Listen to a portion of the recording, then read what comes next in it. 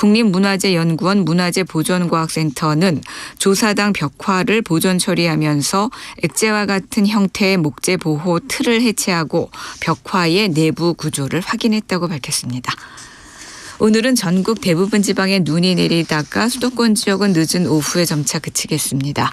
앞으로 충남 남부 서해안과 전북, 전남 서부와 제주도에는 2에서 7, 경기 남부와 강원 영서, 충청 내륙과 경북 내륙에는 1에서 5cm의 눈이 더 내리겠습니다. KBS 제1라디오 5시 뉴스 아나운서 태희경이었습니다. KBS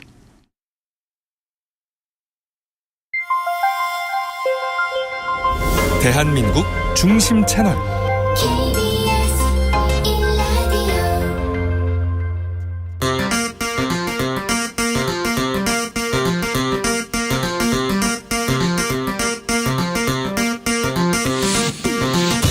주진우 라이브.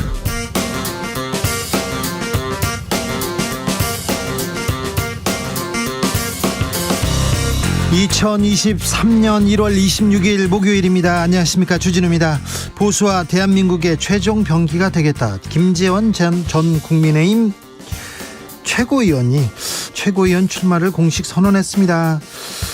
전임 지도부 중에 가장 먼저 출사표를 던졌는데요. 정치력이 실정되고 윤심만 남았다고 비판받는 국민의힘, 어디로 향하게 될지, 그리고 윤핵관 허락은 바닥 받고 지금 출마 선언했는지 물어보겠습니다. 다음 주 월요일부터 실내 마스크 착용 의무가 해제됩니다. 그러니까 실내에서 마스크 착용, 지금까지는 의무였는데 권고로 바뀝니다. 기대감 속에서 걱정하는 목소리도 나오는데요. 실내 마스크 의무 해제, 우리 삶에 어떤 변화 가져올까요?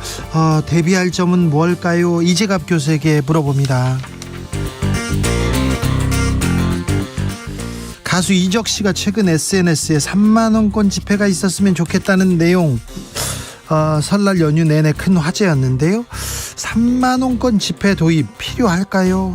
돈으로 모든 걸 환산하는 시대인데 돈 없이도 품위를 지킬 수 있을까요? 철학의 맛에서 고민해봅니다. 나비처럼 날아 벌처럼 쏜다. 여기는 주진우 라이브입니다.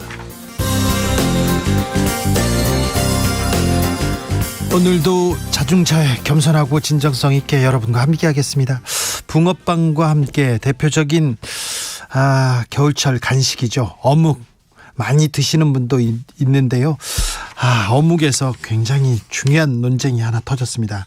어묵을 끼운 나무꼬치, 이거 일회용으로 써야 되냐 아니냐 재사용해도 되는지, 지금 이 나무꼬치 재사용 여부를 놓고 첨예하게 대립합니다. 깨끗이 씻어서 사용하면 괜찮다는 의견과, 아니 나무젓가락도 한 번 쓰고 버린다는 의견 대립하고 있는데, 여러분은 어떤 생각입니까? 이거 찍먹 부먹보다 훨씬 어려운 문제인데 여러분은 어떤 생각인지, 어묵꼬치, 나무 재사용, 에 대해서 여러분의 생각 들어보겠습니다. 그리고요, 겨울철 간식, 저는 이게 좋아요.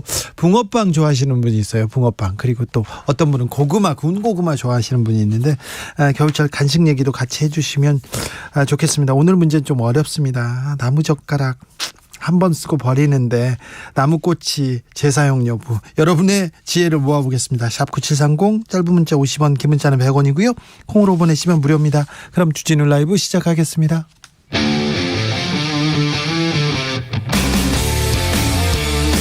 탐사보도 외길 인생 20년, 주 기자가 제일 싫어하는 것은?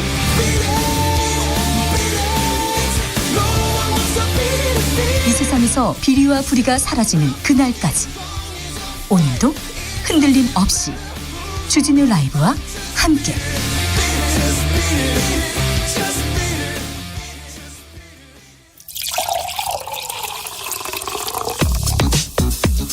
진짜 중요한 뉴스만 쭉 뽑아냈습니다. 주스 정상근 기자, 어서 오세요. 네, 안녕하십니까. 어묵꼬치 있지 않습니까? 어묵 꿰는 꼬치, 이게 개당 30에서 50원 정도 한답니다. 이거를 일회에 한 번만 써야 될지 재사용해야 될지, 정상근 기자는 어떻게 생각하십니까? 네. 어묵은 좋아하시죠? 어묵은 무척 좋아하죠. 한 번 먹으면 몇 개씩 먹습니까? 뭐 한 번 먹으면 뭐 이대로는 뭐 괜찮겠다 싶을 때까지 먹습니다. 그렇습니까? 한 네. 10개까지도 먹고. 아니, 뭐 그렇게까지는 먹지는 않고요. 예. 뭐 두세 개 정도 먹습니다. 그렇습니까? 자, 어묵꼬치 사용은요? 네, 어묵꼬치 사용 뭐 저는 글쎄요 굉장히 어려운 문제인데. 네. 네. 저는 뭐 재사용해도 괜찮을 것 같습니다. 깨끗이 그래요. 닦는다면. 깨끗이 네. 탐나 퐁퐁으로 씻어도 됩니까? 네, 뭐 괜찮지 않을까 싶습니다. 네. 일단 정상근 기자는 그렇게 생각합니다. 저는 좀 어렵더라도 한 번만 사용하시는 게 어떤지 이런 생각을 가지고 있습니다. 난방비 폭등 논란 이어집니다. 아이고 전기세 이렇게 나왔어요. 저 난방비 2배 올랐어요. 이렇게 인증하시는 분들 많은데요. 정부 여당이 대책을 내놨습니다. 네, 대통령실이 난방비 폭탄에 대한 저소득층 지원 대책을 발표했습니다. 이 동절기 저소득층 에너지 바우처 지원을 기존 15만 원에서 30만 원 정도로 이 2배 인상하는 방안을 추진하겠다라는 것인데요. 이 117만 가구가 대상이 됩니다. 대통령실은 이와 함께 사회적 배려 대상자인 160만 가구에 대해서도 가스비 할인폭을 기존보다 2배 늘리기로 했다라고 밝혔고요. 또 올해 1분기 가스요금도 동결하기로 했습니다. 난방비 폭탄에 대해서 지금 정부 대책 왜 안 내놓냐고 제가 방송에서 며칠째 지금 얘기하고 있는데 대책을 이제 내놓기는 했습니다만 아직도 전 정부 탓하고 있어요? 네, 대통령실 최상목 경제수석은 이 최근 난방비가 크게 오른 이유는 지난 몇 년간 가스요금 인상 요인에도 요금 인상을 억제했기 때문이라고 밝혔고요. 이 주호영 국민의힘 원내대표도 문재인 정부의 포퓰리즘으로 인한 폭탄을 윤석열 정부가 치르고 있다라고 밝혔습니다. 국민의힘이어서 오세훈 서울시장도 문정부 포퓰리즘 탓이다 이렇게 남탓 계속합니다. 민주당은 지금 언제까지 남탓하느냐. 정부 여당 정책으로 부족하다 이런 얘기합니다. 네, 민주당은 정부 대책 발표에 환영의 뜻을 밝히면서도 그 에너지 바우처 대상 가구뿐 아니라 이 서민층과 중산층의 피해도 크다라며 조금 더 보편적 차원의 지원이 필요하다라고 밝혔습니다. 이재명 민주당 대표는 오늘 당 긴급회의에 참석을 했는데요. 정부에 약 7조 2천억 원 정도의 에너지 고물가 지원금을 지급하자라고 수정 제안했습니다. 이 코로나19 당시 전 국민에게 차등 지급했던 사례처럼 이 에너지 물가 지원금을 줄 필요가 있다라고 주장했습니다. 날은 춥고요. 경제는 더 어려운 것 같습니다. 우리 경제 지난 4분기에 역성장했습니다. 네, 한국은행은 오늘 지난해 4분기 실질 국내 총생산 성장률이 마이너스 0.4%를 기록했다고 밝혔습니다. 코로나19로 인해 지난 2020년 2분기에 마이너스 3% 역성장을 기록한 이후 2년 6개월 만의 역성장입니다. 우리 경제의 양대 축인 민간 소비, 수출 모두 부진했다라고 하는데요.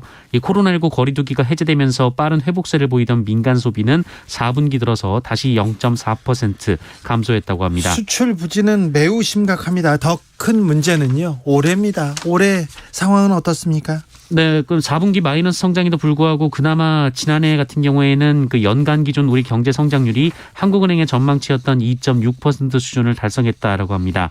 하지만 문제는 올해인데요. 한국은행은 지난해 11월 이 수정 경제 전망을 통해 우리 경제의 성장률을 1.7%로 전망을 했는데 이것 자체도 우리 경제 잠재 성장률을 밑도는 것이자 또 가장 낮은 수준이기도 합니다. 2000년대 들어서 그 전에도 IMF 때 말고는 1% 성장이라 이거는 뭐 성장이라고 보지도 않았었는데 매우 암울합니다. 그런데 세계 경제도 전망은 암울하거든요. 네, 유엔의 올해 세계 경제 성장률 전망치가 지난해 예측했던 3%를 크게 밑도는 1.9%로 수정됐습니다. 유엔은 높은 인플레이션과 공격적인 자금 기축, 이 불확실성의 증대, 경기 침체 등으로 개발도상국과 선진국 할 것 없이 이 많은 나라가 올해 경기 침체를 예상하고 있다라고 밝혔습니다. 특히 미국, 유럽연합을 비롯한 선진국들의 지난해 성장 동력이 심각하게 약화되면서 그 악영향이 지구촌 전체 경제에 타격을 입혔다라고 봤는데요. 네. 이로 인한 달러 강세와 국채 증가로 개발도상국들의 경제 상황은 더욱 악화될 것으로 우려했습니다. 지금 우리 경제 상황도 더욱 악화될 것 같은데 어찌 대비하라, 어떻게 대책을 내놓겠다 이런 목소리는 전혀 들리지 않고 있습니다.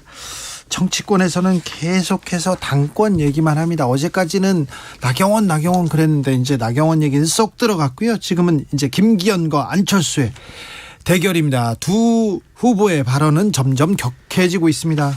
네, 조선일보 유튜브에 출연한 안철수 의원은 당권 경쟁 주자인 김기현 의원을 향해 당내에서 공천에 대한 공포 정치를 하고 있다라고 비판했습니다. 안철수 의원은 윤석열 대통령은 법과 원칙으로 지지율이 올랐는데 이 친윤계라고 하는 이들은 아무것도 한 것 없이 그것만 팔아먹고 있다라고 주장했습니다. 친윤계를 비판했습니다. 안철수 의원은 또한 김기현 의원이 자신을 철새로 비유한 것을 두고 윤석열 대통령과 단일화를 해서 함께 정권 교체를 이뤄낸 것도 잘못인가라고 반박했습니다. 김기현 의원 측에서도 발끈했습니다. 김기현 의원은 공포정치라는 주장에 대해 적반하장이라며 이 대선에 나가겠다는 분들은 공천 과정에서 사천이나 낙하산 공천을 하는 사례가 많이 있다라고 했고요. 이에 대해 안철수 의원은 입장을 밝히지 않았기 때문에 오히려 두려움이 있다라고 주장했습니다. 윤석열 정부의 장차관들 주식 백지 신탁을 아직도 하지 않았다고요? 네, 3천만 원 이상 주식을 보유한 윤석열 정부의 고위공직자 16명 중 7명이 이 주식을 매각하거나 백지 신탁하지 않았다고 경제정의실천시민연합이 밝혔습니다. 이에 따르면 이 주식 매각, 백지 신탁 신고를 하지 않은 사람은 김현숙 여가부 장관, 이종섭 국방부 장관, 권영세 통일부 장관, 조규홍 보건복지부 장관, 조용만 문화체육관광부 차관, 이기순 여성가족부 차관, 장영진 산업통상자원부 차관 등입니다. 아니 근데 정책을 결정하면 이 정책이 그 주식에 영향을 미칠 수도 있거든요. 그래서 공직자윤리법상 주식 이렇게 백지 신탁하도록 돼 있잖아요. 네, 이 백지 신탁하지 않으면 혹은 매각을 하지 않으면 1년 이하의 징역 또는 1천만 원 이하의 벌금에 처하게 되어 있는데요. 다만 보유 주식이 직무 관련성이 없으면 이 매각 또 혹은 백지 신탁 의무를 면제받을 수가 있습니다. 때문에 경실련은 이들 7명이 인사혁신처의 직무 관련성 평가에서 면제를 받은 것인지 그렇다면 그 이유가 무엇인지 공개해야 한다라고 주장했습니다. 네. 이태원 참사 수사 중인 검찰 이번에는 경찰을 압수수색했습니다. 지난번에도 했는데 또 한 거죠? 네, 이태원 참사를 보강 수사 중인 검찰이 오늘 김광호 서울경찰청장 집무실을 추가 압수수색했습니다. 지난 18일 1차 압수수색 이후 8일 만입니다. 검찰은 김광호 청장의 참사 전후 업무 관련 기록을 확보하고 있는데요. 네. 김광호 서울청장의 업무상 과실치사상 혐의를 입증할 증거를 확보하는 데 주력하고 있습니다. 자, 용산서까지만 특수본은 수사를 했는데 검찰 수사는 김광호 서울청장에 지금 맞춰져 있습니다. 경찰은 또 사망자 명단을 공개한 매체를 압수수색했어요? 네, 경찰은 이태원 참사 희생자 명단을 유족의 동의 없이 공개한 혐의로 인터넷 매체 시민언론 민들레에 대한 압수수색을 벌였습니다. 네. 이 공무상 비밀누설 및 개인정보보호법 위반 등의 혐의입니다. 코로나 상황 어떻습니까? 네, 오늘 코로나19 신규 확진자 수는 35,096명입니다. 네. 어제보다 15,000여 명 늘었고요. 지난주와 비교하면 5,000여 명 늘었습니다. 네. 주스 정상근 기자와 함께했습니다. 감사합니다. 고맙습니다. 꼬치를 어떻게 해야 할까요? 정상근 기자는 괜찮다고 했는데 괜찮다고 얘기하시는 분들이 많습니다. 1340님 새로 된 꼬치를 사용해서 한번 사용하고 소독하면 안 될까요? 얘기하셨고요. 어묵꼬치 재사용 저는 업체에서 수거해서 대량으로 작업해 처리한다면 괜찮지 않을까 생각합니다. 1118님께서 얘기합니다. 문 의원님께서 어묵 먹을 때 꼬치대를 입으로 이렇게 혀에 대는 사람 없지 않나요? 먹을 때 너무 찝찝하다는 생각은 안 듭니다. 이렇게 얘기합니다. 정창규님 재사용하려면 다른 소재를 써야 합니다. 나무는 안쪽에 이물질이 미세하게 굉장히 많이 껴요. 닦아서 쓴다는 것은 말이 안 됩니다. 과일을 세제로 닦아서 먹나요? 그렇게 하지 않는 것은 미세하게 내부에 물질이 다 끼기 때문입니다. 이렇게 얘기합니다. 2004님 어묵꼬치도 나무인데요. 그거 한번 쓰고 버리면 큰 환경 문제인데 나무 한 그루 심지도 않으면서 어묵상이들 죽으라는 소리로 들립니다. 이렇게 얘기합니다. 겨울 간식은 뭐 드세요? 얘기했는데 5145님 외근하고 회사로 가는 길에 편의점에서 찐빵을 먹는 걸 보고 판매하는 거 보고 동료들과 나눠 먹으려고 여러 개 샀습니다. 너무 맛있어 보여서 참지 못하고 한 개를 맛나게 먹었습니다. 얘기했는데 찐빵 호빵 아이고 겨울철에 이거 호빵 이거 한번 먹어야 되는데 불매운동 하느라고 못 먹었어요. 올해는 7678님 저는 국화빵입니다. 소래포구 입구에 아주머니가 구워 파시는 국화빵 네. 7892님 저는 군고구마 좋아합니다. 그런데 물고구마로 구워야 맛있는데 요즘 물고구마 재배를 안 해서 다른 품종으로 하기에 옛맛이 안 납니다. 물고구마가 있습니까? 물고구마 아니 밤고구마는 들어봤는데 물고구마는 전 처음 들어봤어요. 고구마 저 어렸을 때 잘 먹었는데.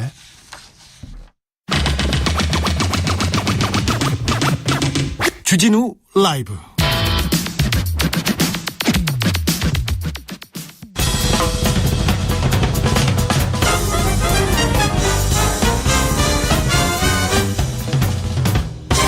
훅 인터뷰. 모두를 위한 모두를 향한 모두의 궁금증 훅 인터뷰 다음 주 월요일부터 실내 마스크 착용 의무 사라집니다. 감염 확산 우려하는 목소리 여전히 나오는데요. 실내 마스크 해제와 관련해서 여러 가지 물어보겠습니다. 이재갑 강남 성심병원 감염내과 교수님, 안녕하세요. 네, 안녕하세요. 교수님, 새해 복 많이 받으십시오. 예, 새해 복 많이 받으십시오. 새해는 건강하시고 더 많이 좀 알려주시고 그러십시오. 네, 감사합니다. 예. 자, 정부에서 실내 마스크 사용 의무 해제했습니다. 이번 조치 어떻게 보고 계신지요?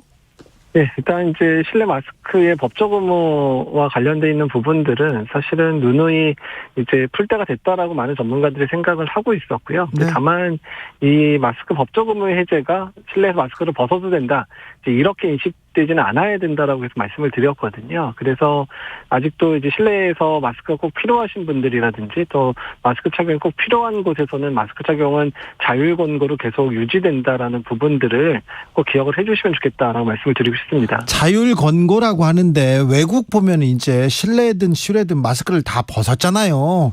네. 월드컵 때도 보니까 뭐 다 마스크 벗고 있던데 마스크 벗어도 되는 거 아닙니까? 근데 이제 다만 외국에 다녀오신 분들이 이제 공통적으로 얘기하는 것들이 뭐냐면, 이제 외국도 고위험군 분들은 실내 활동하실 때 마스크를 대부분 쓰고 계시기는 하거든요. 아, 그래요? 그러니까 예, 쓰고 계시는 분들이 많고, 또 이제 외국 같은 경우에는 특히 식당이라든지 뭐 카페나 이런 곳들이 이제 노천 식당이나 카페가 많잖아요. 네. 그래서 실내에서 식사를 하시거나 이런 분들 숫자가 많지는 또 않습니다. 이제 그런 부분들이 이제 우리나라하고 조금 다른 부분으로 좀 보이기는 하거든요. 네. 그래서 우리나라 같은 경우에도 고위험군들은 계속 마스크 착용을 하는 것이 좋겠고, 또 실내 활동이 길어지는 경우에는 마스크 착용을 계속 어느 정도는 하고 있는 게 좋지 않을까, 이렇게 네. 말씀을 좀 드리고 싶습니다. 저도 웬만하면 실내에서 쓰려고 생각하고 있습니다. 네. 그런데 선생님, 그러면 7차 유행은 어느 정도 지나간 겁니까? 예, 일단은 이제 지난 거의 10월부터 시작됐던 유행이 이제 꺾일 듯 좀 계속되면서 이제 1월까지 계속 유지가 됐었잖아요. 네. 그래서 일단 유행은 어느 정도 이제 잠잠해지는 건 맞는 것 같습니다. 그런데 이제 여러 이제 수학적 모델링 하는 팀들에서 이제 마스크 착용률이 떨어질 때 유행이 어떻게 될 거냐에 대한 예측 자료들을 만들고 있는데요. 대부분의 예측 자료에서 유행이 다시 커질 수도 있겠다라고 예측하는 경우들이 많기는 하거든요. 네. 다만 이게 이제 마스크 법적 의무 해제 자체가 중요한 게 아니라 법적 의무를 해제했더라도 마스크 착용률이 이제 얼마나 주느냐에 따라서 많이 달라질 수 있다, 이렇게 이제 이야기를 하고 있습니다. 예. 그 대중교통을 이용할 때는 마스크 써야 된다고 하고 지하철역, 공항에서도 마스크를 써야 된다, 이런 얘기는 들었습니다. 그런데 어디 가서는 벗을 수 있고 어디 가서는 써야 하는 건지요?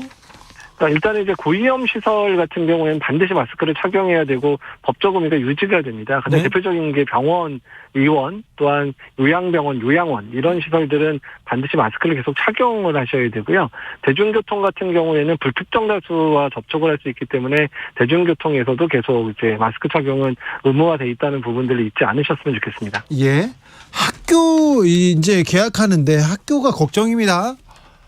예, 지금 학교 같은 경우는 이제 학교장 재량에 의해서 결정을 할 수 있도록 되어 있습니다. 근데 다만 이제 학교 같은 경우에 특히 저학년 아이들이란 유치원 같은 경우 아이들 같은 경우에는 이제 마스크 착용 때문에 정서적인 발달이나 언어 발달에 영향을 주고 있다는 얘기가 있기 때문에 아마 예. 저학년들하고 유치원생들에 대해서는 일부 학교들이 이제 마스크 착용을 일단 안 하는 것들을 한번 고민하지 않을까, 이렇게 생각을 하고 있습니다. 최근에 이제 거리두기도 거의 해제됐고요. 이제 마스크도 의무가 해제됩니다. 그런데 시민들은요, 아니 이제 시민들의 건강은 알아서 책임지라는 뜻이냐, 이렇게 정부가 너무 책임져 주지 않는다, 무책임하다, 이런 비판도 있어요. 예, 이제 사실 코로나19가 엔데믹화 된다고 하죠. 그러니까 이제 일상적인 유행 형태로 바뀌어 가는데 이게 위험이 없어지는 거는 아니거든요. 네. 그러니까 당연히 이제 그 부분에 있어서 우리가 마스크의 법적 의무도 해제되고 뭐 추후에 이제 법적 격리 기간들도 이제 없어질 때가 오겠죠. 그러니까 그런 상황 속에서도 우리가 이런 위험도를 이제 스스로 이해하고 이 부분을 어떻게 이제 우리를 보호할 거냐에 대한 부분에 있어서는 이제 시민들 스스로도 결정할 필요가 있고, 또 정부 차원에서도 이제 이런 일상적인 피해가 계속되어지는 부분들이 일상화될 가능성이 높기 때문에 이제 이제 그런 상황 속에서 특히 고위험군들이라든지 취약계층을 어떻게 보호할 건가에 대한 그런 준비를 서둘러야 되는데 이제 그런 부분들이 잘 안 나타나다 보니까 시민들이 많이 불안해하시는 건 맞는 것 같습니다. 네, 시민들 좀 불안하고요. 또 중국발 코로나가 또 확산되지 않을까 걱정하고 있는데 여기에 대해서 방역 당국 잘 하고 있습니까? 그다음 중국에서 이제 입국하는 분들의 숫자를 좀 많이 줄여놓은 부분들은 중요한 부분인 것 같고요. 중국도 유행이 12월부터 너무 커진 상황이라 중국의 유행도 한두 달 내에는 이제 안정이 될 것 같습니다. 그래서 이제 그때 안정되기 전까지 새로운 변이나 이런 게 출현하지 않는지 계속 모니터링하는 게 중요할 것 같고요. 이제 그런 과정 속에서 새로운 변이가 왔을 때 우리는 어떻게 대응할 거냐 이제 이런 부분들은 추후에 계속 준비를 해야 될 것 같습니다. 네. 최근 보던데요. 일회용 마스크 원료에 일회용 마스크에 뭐 나노 플라스틱 아주 미세 플라스틱이 있어서 폐 손상을 유발한다는 그런 연구 결과가 지금 보도됐어요. 이거 아니 마스크를 지금껏 썼는데 이거 어떻게 됩니까? 무섭습니다. 예, 일단 이제 자세한 논문 내용들이 공개가 되지 않은 상황이어서 좀 봐야 되긴 하는데 이게 지금 인체 대상으로 실험이 된 부분들은 아닌 것 같고요. 이제 여러 세포 단계에서의 실험인 것 같습니다. 그래서 얼마나 노출됐을 경우 또 얼마나 자주 이제 노출됐을 경우에 이제 이런 손상이 오는지에 대한 부분들은 아직까지 이제 추론하기는 어려운 상황이고요. 일단 그럴 수도 있다 정도의 이제 그 문제 제기 정도로 보시면 될 것 같고 이에 대한 부분들은 추후에 좀 충분한 연구를 통해서 밝혀져야 될 내용이 아닌가 생각을 하고 있습니다. 그러면 안전한 마스크는 뭐예요? 당장 궁금한데요. 일단은 이제 이게 노출의 시간이 길거나 아니면은 뭐 이런 부분에 영향을 줄 것 같아서 근데 저희가 이제 마스크를 착용하는 할 때 이제 새로 새 마스크를 쓰고 나서 이제 뭐 하루나 이제 대부분 마스크를 교체를 하고 있잖아요. 네. 그런 부분들이 영향을 주기 때문에 이제 그런 부분들이 얼마나 영향을 줄지를 알 수가 없는 상황이어서 지금 이제 문제 제기 수준이어서 이 부분은 마스크를 뭐 쓰냐 말 거냐 이제 이 정도 논의까지 갈 정도의 수준은 아니라고 생각을 하고 있습니다. 네. 알겠습니다. 요즘 백신 맞겠다는 사람도 없고요. 백신은 안 맞아도 되는 거 아니냐 이렇게 생각하는 사람도 있습니다. 한마디 해주십시오. 예, 일단 백신 접종이 이제 오히려 이제 마스크의 법적 의무도 해제되는 상황이고 뭐 거리두기나 이런 것들을 동원하지 않은 상황에서 일단은 고위험군들의 피해를 막는 것, 또 유행 자체의 규모를 이제 축소시킬 수 있는 건 이제 오로지 백신밖에 안 남았다라고 생각을 하시면 됩니다. 그래서 그래서 아직까지 이제 동계 접종 안 하신 분들은 지금이라도 접종을 해주시는 게 상당히 좋을 것 같고요. 네. 그리고 이제 미국부터 시작해서 이제 그 코로나19 예방접종도 연례 접종, 1년에 한 번 맞는 접종으로 점진적으로 이제 변화를 시켜가려고 하고 있기 때문에 네. 우리가 독감 예방접종 매년 맞는 것처럼 이제 코로나19 백신도 이제 매년 맞는 그런 백신으로 인식을 하고 이제 접종을 해주시면 좋겠다는 생각이 듭니다. 아유, 나는 코로나 걸렸어요. 이제 백신 안 맞아도 돼. 그렇게 생각하시는 분들 많은데요. 근데 이미 경험해 보신 분들 있겠지만, 이제 감염되고 나서 한 7, 8개월, 길게는 한 9개월, 10개월 지나가면 다시 걸리는 경우들이 많거든요. 있죠. 네. 그러니까 다른 호흡기 바이러스보다 이게 재감염률이 꽤 높은 바이러스라는 게 증명이 되고 있고 또 그 이유가 변이가 매우 잘 생기기 때문이기도 하거든요. 네. 그런 부분들 고려한다면 당연히 백신 접종 계속 하시는 게 맞고요. 특히 고위험군들 같은 경우에 재감염됐을 때의 사망률이 처음 감염됐을 때보다 뭐 2배, 많게는 뭐 5배까지 보고가 되고 있습니다. 그래서 네. 이런 부분들까지 고려한다면 재감염의 위험을 막기 위해서라도 당연히 감염된 분들도 백신 접종을 계속 하시는 게 맞습니다. 네. 자, 마지막으로 국민들께 국민 주치의로서 한 말씀 해주십시오. 예, 코로나19가 이제 유행 자체가 엔데믹화 된다고 한다는 거는 네. 그 피해가 없어진다는 게 아니라 우리가 그 피해를 안고 간다는 부분이거든요. 그래서 취약계층 그리고 고위험군들을 계속 예방할 수 있는 예방접종과 또 개인적인 그런 방역 노력들은 계속 기울여야 되는 부분들을 기억해 주시면 좋겠습니다. 네, 이재갑 교수님 말씀 감사합니다. 네, 감사합니다. 고생 많으신데 더 고생해 주십시오. 교통정보 알아보고 가겠습니다. 임초희 씨. 네, 이치가 교통정보입니다. 지금 수도권과 강원 지역에 내렸던 눈은 그쳤고요. 충청과 남부 지역에는 약하게 눈이 내리는 곳이 있습니다. 오늘 차를 두고 나오시는 분들이 많아서 출근 정체는 걱정했던 것보다는 덜했는데요. 현재 퇴근 정체도 마찬가지로 평소보다 심하지 않습니다. 도로가 많이 미끄럽다 보니 사고 구간은 많은데요. 현재 중부내륙고속도로 양평 쪽으로 북상주 부근 2차로에 사고 있습니다. 조심해서 지나시고요. 43번 충청북도 아산 방향으로는 평택대교 위에서 차량 전도 사고가 났습니다. 처리 작업으로 1차로가 막히면서 주변 정체고요. 경부고속도로는 양방향 모두 서울시 구간 안에서만 더딘 흐름 보이고 있습니다. 서울 시내는 분당 수소로 성남 쪽으로 향하시는 분들 탄천 1교 부근 3차로에 있는 고장난 차 주의해서 지나시고요. 한강 주변길 상황 괜찮습니다. 구리 하남 쪽으로는 전 구간 수월하고요. 올림픽대로 공항 방향은 한남대교에서 노량진 수산시장, 강변북로 일산 방향은 한남대교에서 한강대교, 다시 마포대교부터 양화대교 사이가 정체입니다. KBS 교통정보센터에서 임초희였습니다.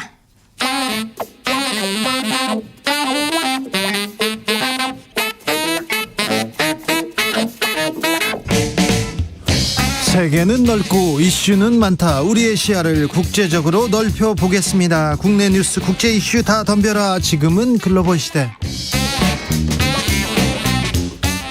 국제적 토크의 세계로 들어가 봅니다. 군사 외교 안보 전문가 김종대 전 의원. 안녕하십니까?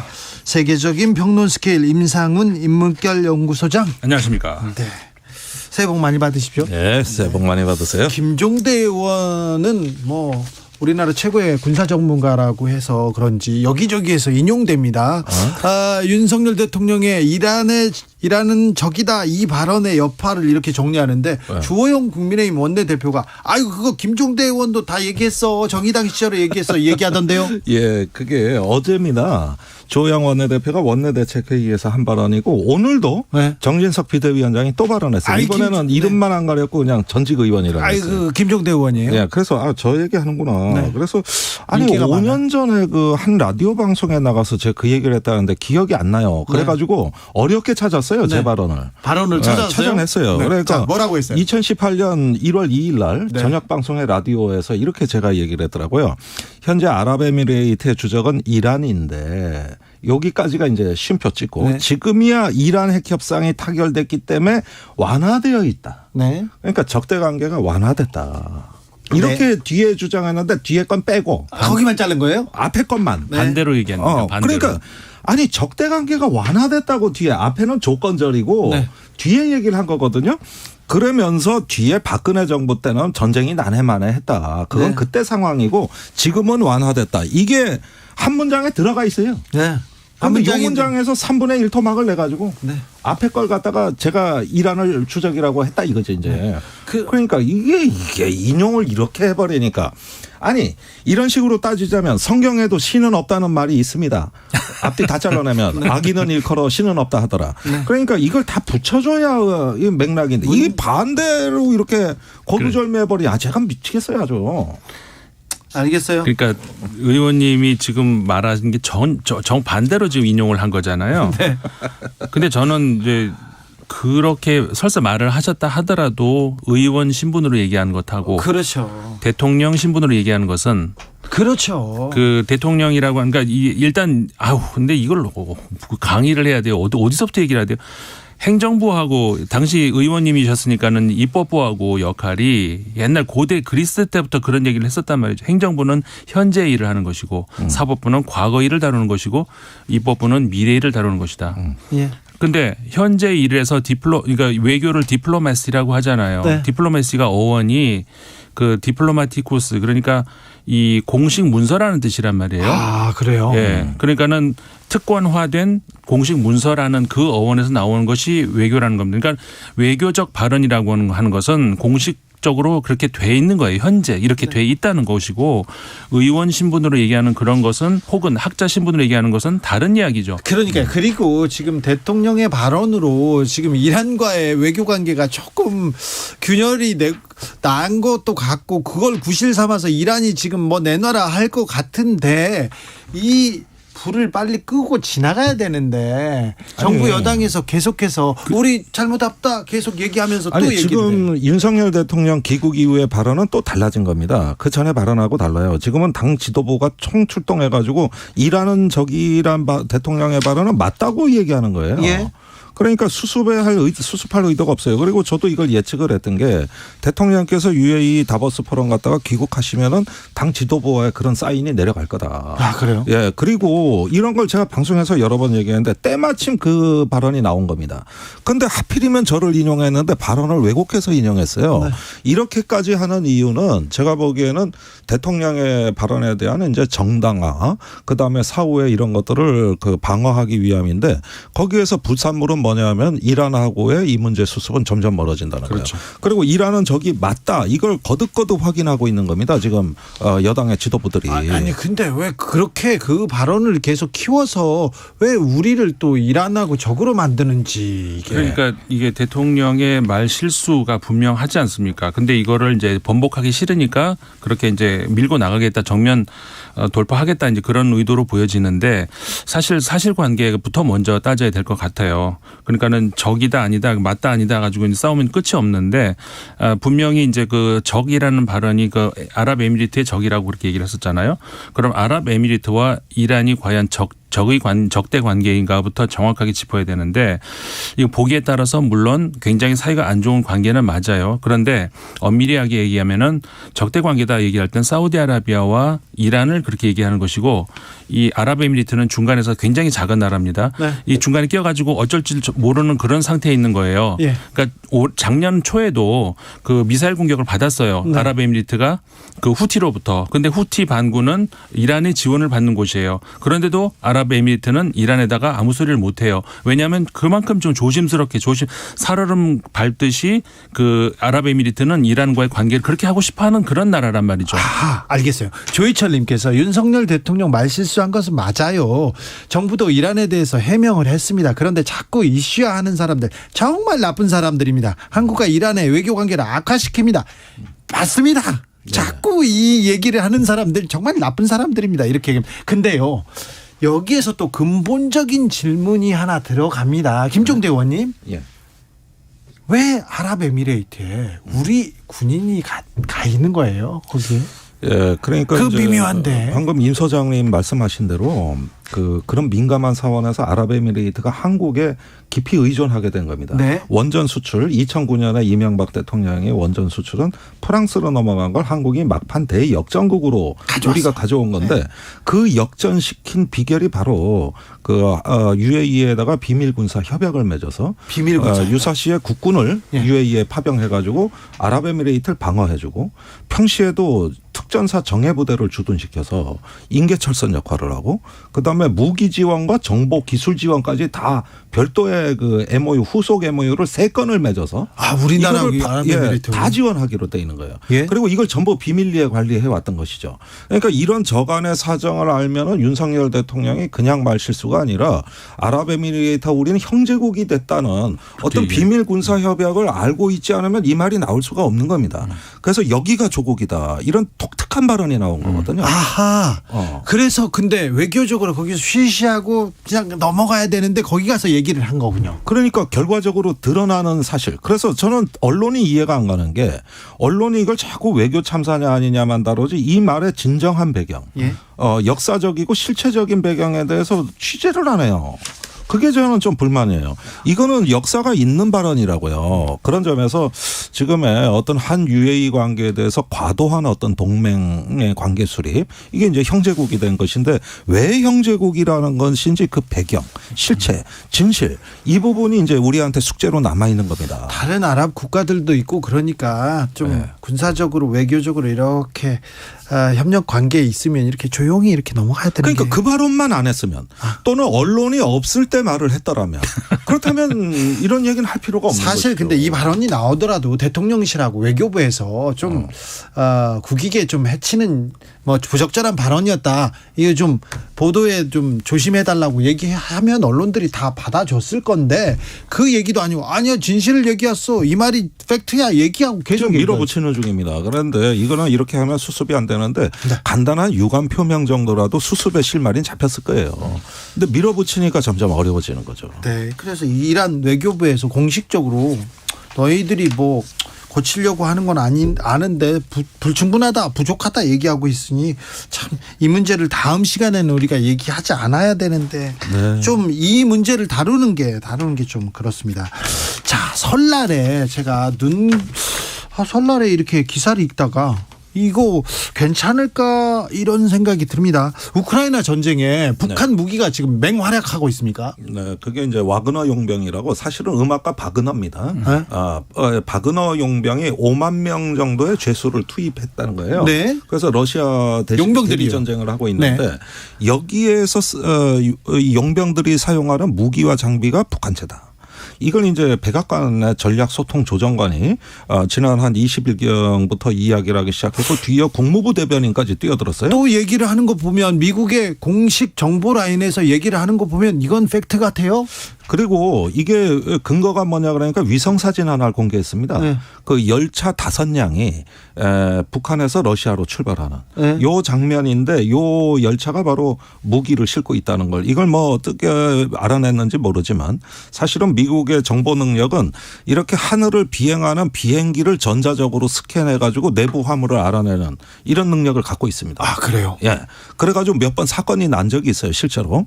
그런데 열차 정도도 아마도 그 모든 전후 상황을 하고 전자적 스캔, 엑스레이 투시라든가 여러 가지 방식을 통해 가지고 안에 화물을 탐지한 것이 아닌가 생각이 들고 네. 그렇게 해서 북한의 미사일과 지상전에 쓰이는 로켓포가 우크라이나 전쟁터로 갔다. 이렇게 해가지고 백악관과 국무부가 일제히 동시다발적으로 하면서 이 사진을 공개한 거예요. 네. 그런데 저는 또 한 가지 의문이 거기서 이제 꼬리를 무는 겁니다. 그러면 무기를 싣고 간 열차가 빈 열차로 되돌아왔을까? 그렇지는 않겠죠. 자, 뭘 받았겠죠. 작년 12월 26일 날 우리 영공을 유린한 북한의 무인기 5대가 네. 이게 이란죄라는 보도가 최근에 자유아시아 방송에서 나왔습니다. 제가 보니까 저명한 안보 전문가 3명이 증언을 했더라고요. 그러면은 북한이 이란제 드론을 어디서 구했을까요? 이란으로부터 직접 구했을 리는 없을 것 같아요. 지금 네. 이런 상황에서. 러시아에 지금 수백 대가 가 있잖아요. 그러면 거기서 샘플을 얻어가지고 와서 테스트를 해볼 수도 있는 거거든요.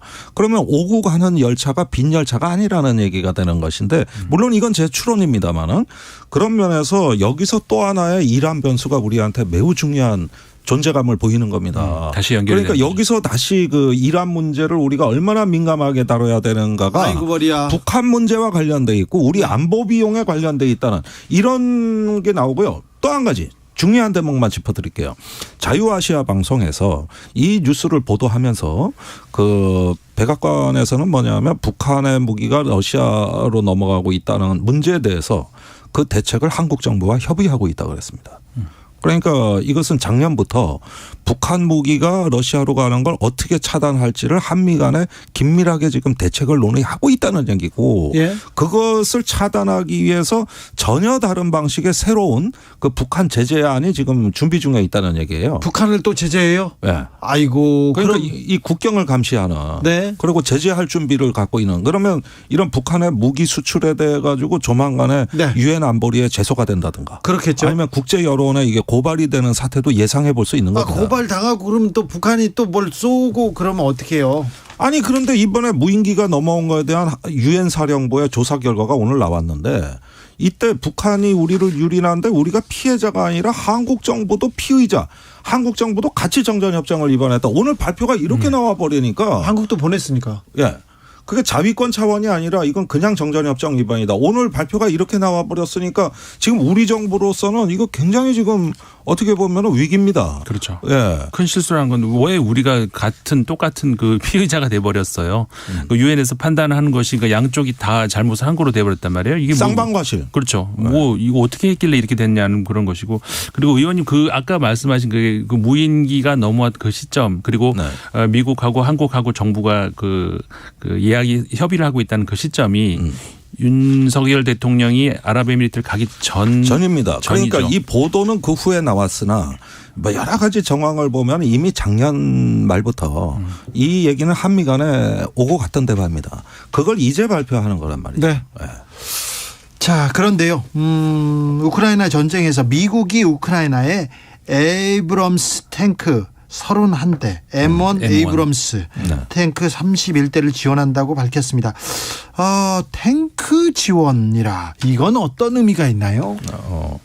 이것도 제가 조금 말씀드려야겠는데 작년에 우리가 가장 인상적으로 본 기사는 미국이 우크라이나에 패트리엇 지대공 요격 무기를 제공하기로 했다. 이게 굉장히 깜짝 뉴스였어요. 네. 드디어 전략 자산이 가는구나. 그리고 이어서 나온 게 미국의 에이브럼스 전차를 갖다가 31대. 네. 이게 한 개 대대 편성입니다. 한 개 대대가 31대. 네. 그러니까 1개 대대분을 보내고 그 다음에 독일이 레오포드 전차를 독일도 보내요. 예, 보내고 폴란드도 레오포드 전차를 보내고 이렇게 해가지고 총 62대 2개 대대 규모의 전차가 제공된다는 거거든요. 그러면 패트리엇 미사일, 어느새 탱크 이런 것들이 이제 나오게 되고 하면은 이거는 이제 올 봄부터 전쟁 양상이 바뀐다는 거예요. 그렇죠. 이게 아마도 현장에서 전투 능력을 갖추는 시기는 올 봄쯤이 될 것 같아요. 당장은 이게 지금 전력 발휘가 안 됩니다. 준비가 필요하고 훈련을 해야 되니까. 그러면은 이제 날씨가 따뜻해졌을 때부터 상당한 수준의 공격과 방어 능력을 우크라이나군이 보유하게 되는 것이고 이건 전쟁 수행하는 전투 방식에 있어가지고 차원이 달라지는 거예요. 탱크가 투입되면 그렇습니까? 그렇습니다. 탱크만 가는 게 아니라 탱크를 방어하기 위한 무인 정찰기라든가 여러 가지 지대공 미사일에 대한 대책이라든가 해서 이 편제와 싸우는 방식이 다 바뀌는 겁니다. 그냥 탱크만 가는 게 아니에요. 지난 가을 이후로 우크라이나가 그 영토를 조금씩 회복해 나가지 않았습니까? 그러다 겨울이 넘어올 즈음 해가지고 보병 간의 그 공방이 조금 이제 그 소강 상태가 되고 그 미사일 공격, 포병 간의 이제 공격들이 계속하는 그런 양상으로 갔단 말이죠. 근데 지금 의원님 말씀하신 것처럼 이제 봄쯤 되면은 본격적으로 다시 보병 전투가 이제 시작이 된, 다 한마디로 말해서 땅 따먹기가 다시 시작될 거라는 것이죠. 그랬을 때 가장 필요한 것은 우크라이나 입장에서는 이 탱크 한마디로 말해서 그러니까 주력 전차가 이제 가장 절실한 그 무기인데 그러니까는 이 우크라이나는 그 전부터 독일에다 계속 좀 보내달라 얘기를 계속했거든요. 왜냐하면은 유럽에서 가장 그 주력 전차로 그 성능이 우수하다고 이제 평가되는 것이 바로 아까 말씀하신 레오포드 지금 2인데 그게 이제 독일에서 생산이 돼가지고 독일에도 있고 폴란드에도 있고 여러 군데에 가 있는데 폴란드는 주고 싶어도 못 주죠. 이게 독일이 생산국이 처음에 이제 계약을 할 때부터 우리가 승인을 해야 니들이 팔 수 있다. 니들 마음대로 못 판다 하기 때문에 독일이 결국은 승인을 해야 되는데 지금까지 독일이 승인을 안 하고 있다가 결국 이번에 미국하고 동시에 보냈단 말이죠. 그러니까 아까 말씀하셨던 그 M1 그게 이제 미국의 에이브럼스 그게 미국의 주력 전차하고 만든 지는 되게 오래됐다 그러는데 계속 개종을 해가지고 하여간 지금 현재 미국에서 가장 주력 전차인데 근데 그게 넘어오는 데까지 시간이 상당히 걸리지 않습니까? 이제 싣고 오는 데까지가. 근데 유럽에는 이미 레오포드는 이미 유럽에 전역에 깔려 있는 것이죠. 그래서 우크라이나는 독일에다가 그렇게 보내달라고 이제 했던 건데 독일이 지금까지 안 보내다가 이제 보내는 것이 미국이 결국은 그래 같이 하자라고 하면서 이제 시작이 됐단 말이죠. 그래서 저는 이게 우크라이나 전쟁뿐만 아니라 또 다른 면이 하나가 보이는 것이 이 역시 유럽이 아직까지도 그 미국 이게 그 전투와 관련돼서도 미국의 그늘에서 벗어나려면 아직 멀었다라는 생각이 들 수밖에 없는 그런. 그런데 이게 세계에서 제일 좋은 전차가 가는 거거든요. 네. 세계 최강 전차입니까? 최강 전차입니다. 그런데 레오포드 전차가 최근에 생산 물량이 적어서 현지에서 쓰다 보면 군수품도 부족하고 운영도 잘 안 돼가지고 결국 한국제 전차가 그래도 낫다는 평가가 나올 가능성이 높아요. 그래요? 예. 자, 한국 전차 수준도 상당합니까? 우리는 많이 생산해서 이 운용의 안정성을 기하고 있지 않습니까? 그래요? 매일 실전 연습하고. 그리고 우리나라처럼 이렇게 훈련 많이 하는 데가 어디 없잖아요. 없고 이렇게 수요가 규모의 경제가 갖춰진 나라도 없고. 그래요? 예, 그래서 폴란드로 지금 수출하는 거거든요. 흑표 전차. 그래요? 예, 흑표 전차. 네. 그런데 폴란드는 흑표를 선호합니다. 그리고 레오포드 전차 갖고 있는 건 우크라이나에 주려고 하는 거예요. 그래요? 예. 흑표를 더 좋아하네. 연료비하고 운영비가 너무 비싸요. 이거 완전히 기름 먹는 하마라고. 레오포드는요? 예, 그런데 우리 전차는 짜임새가 있단 말이에요. 네. 그래서 이런 부분들하고 그다음에 이제 하이마스라는 이전에 제공된 고속 기동 로켓, 네. 그다음에 패트리엇 이렇게 되면 어떻게 되느냐? 지금까지는 산발적인 게릴라전의 양상으로 진행되어 왔던 우크라이나 전쟁이 네. 대부대 위주의 기갑전으로 전쟁 양상이 바뀐다는 얘기입니다. 그렇죠. 살상력이 더 높아짐에 따라 가지고 쌍방 피해가 증가할 것이고 예. 전쟁의 강도가 높아진다는 걸 의미하는 거예요. 예. 그러면 러시아도 가만히 있겠습니까? 러시아도 지금 탱크 보낸다고 하니까 극도로 위험한 결정이다 하면서 막 화를 내는 거 보니까 이 탱크가 굉장히 위협이죠. 네. 네. 위협적이면 또 러시아에서 또 이 깡패 같은 결정하거나 막 핵무기 막 계속 얘기할 거 아니에요. 그러니까 지금 러시아군 총사령관으로 새로 임명된 발라리 게라시모프.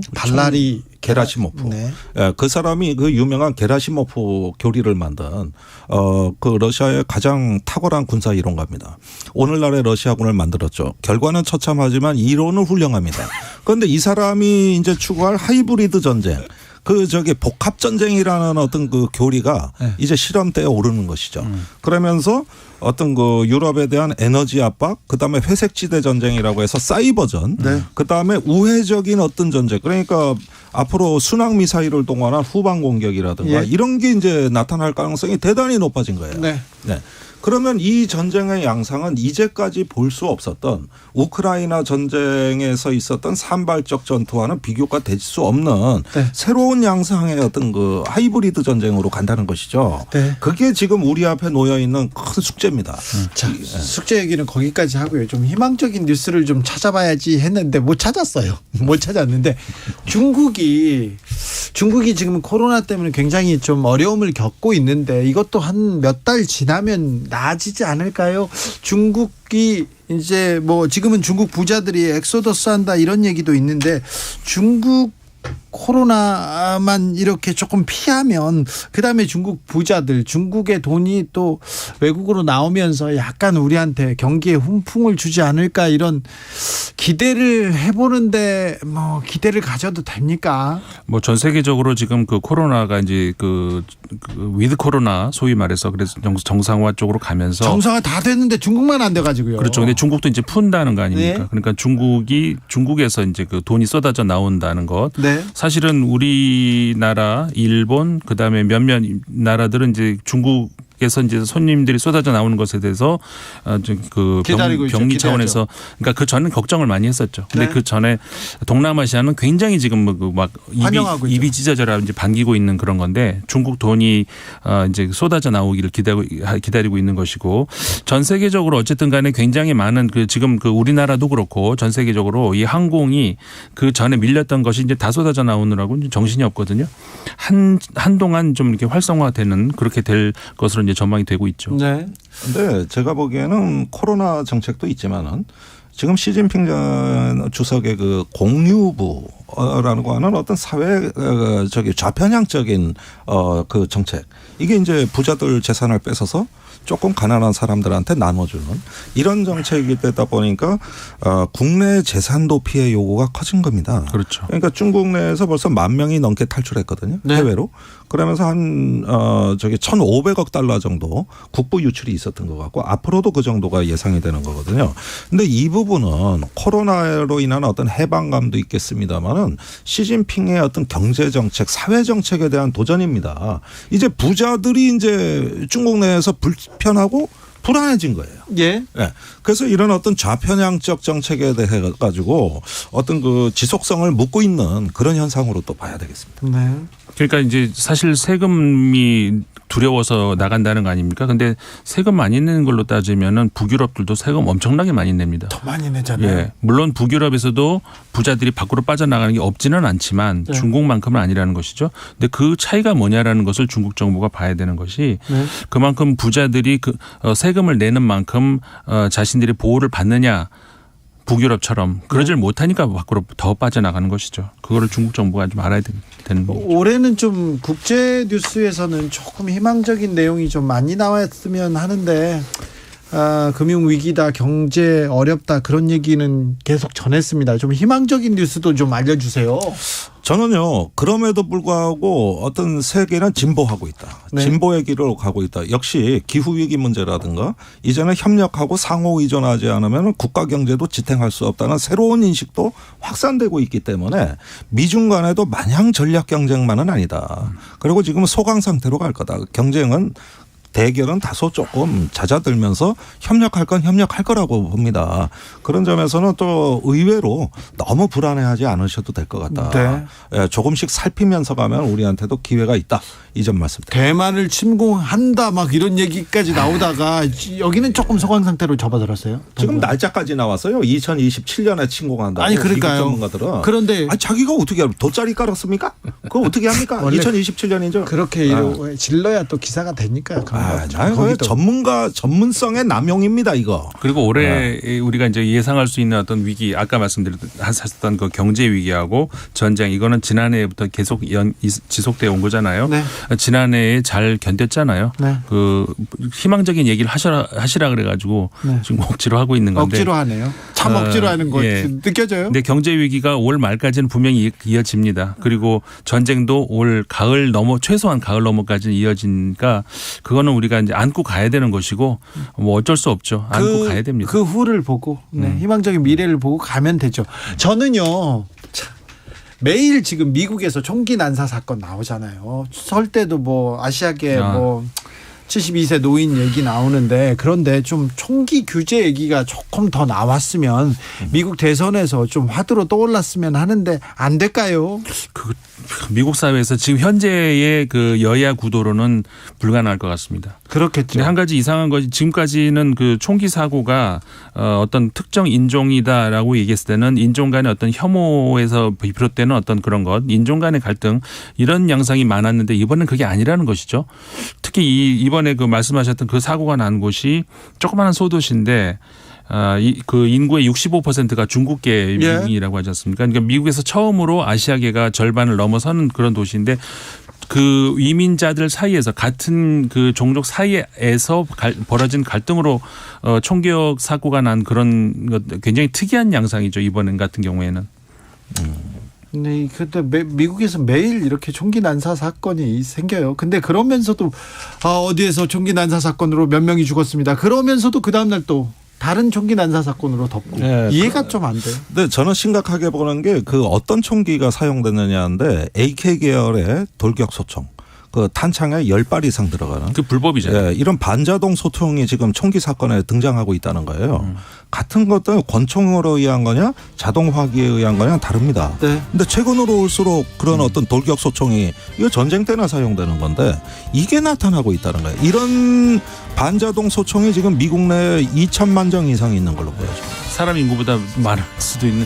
그러니까 지금 올해 23일까지만 봤을 때 38건이 나왔어요. 그러니까요. 가장 많은 지금 총기 사고가 나고 있는. 김종대, 임상훈 두 분 감사합니다. 고맙습니다. 오늘도 감사하고 복 많이 받으세요. 네.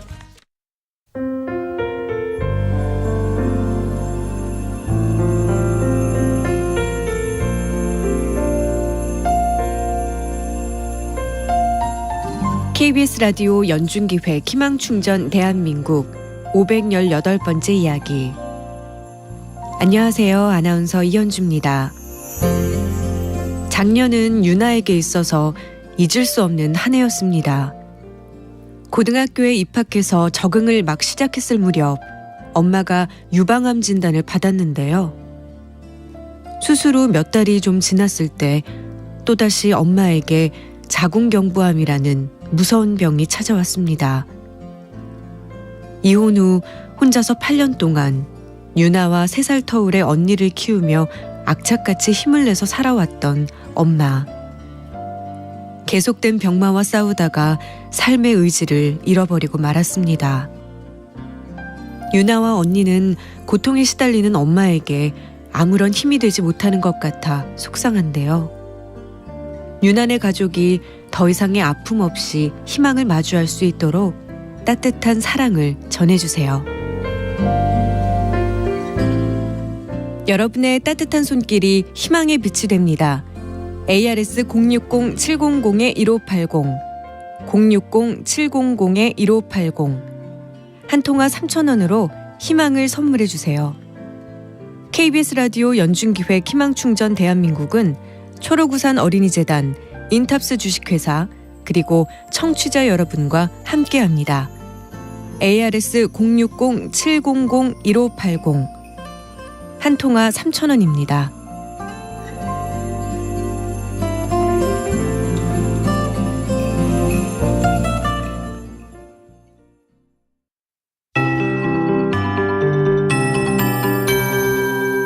KBS 58분 날씨. 이제 남아있던 경상권 일부의 대설특보도 모두 해제되면서 눈 관련 특보는 이제 없습니다. 하지만 내일까지도 일부 남부지방은 눈이 좀 더 지나겠습니다. 주로 충청과 경상도 쪽으로는 오늘 밤까지 눈이 내린 뒤 그치겠고요. 내일까지도 충청 일부나 또 남부지방 주로 전라권으로 좀 더 눈이 오겠습니다. 특히 전라 서해안은 내일 밤까지 좀 더 길게 내릴 전망이고요. 예상 적설은 울릉도 독도가 5에서 20cm, 그 밖에 전라권을 중심으로 제주와 제주 중산간이나 산지 쪽으로 2에서 7, 많은 곳 전라 서해안과 제주 산지는 또 10cm 이상이 쏟아질 수가 있겠습니다. 그 밖에 충청과 경상도, 전남 동부로는 1에서 3cm 정도. 내일까지의 적설인데요. 토요일도 또 한 차례 충남 서해안과 전북 서해안, 전남과 제주에 비나 눈이 예보돼 있어서 적설이 또 잡힐 거란 예보가 들어 있습니다. 각별히 눈이 반복되는 만큼 빙판길도 계속 형성되고 있어서 주의가 필요하겠고요. 오늘 많이 내린 눈 때문에 내일은 또 기온도 낮아지고 빙판길이 더 많겠습니다. 주의하셔야 되겠습니다. 현재 강풍특보 주로 서해안을 중심으로 발효 중이고요. 한파특보도 경기와 강원, 경북 일부에 발효 중인 가운데 내일 아침부터 다시 추워집니다. 최영우였습니다.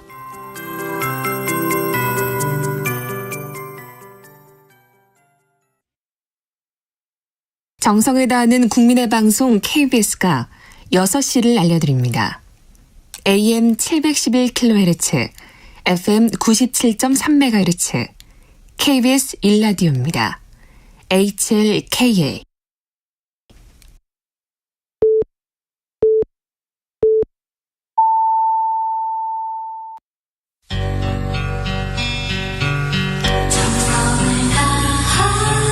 정성을 다하는 국민의 방송 KBS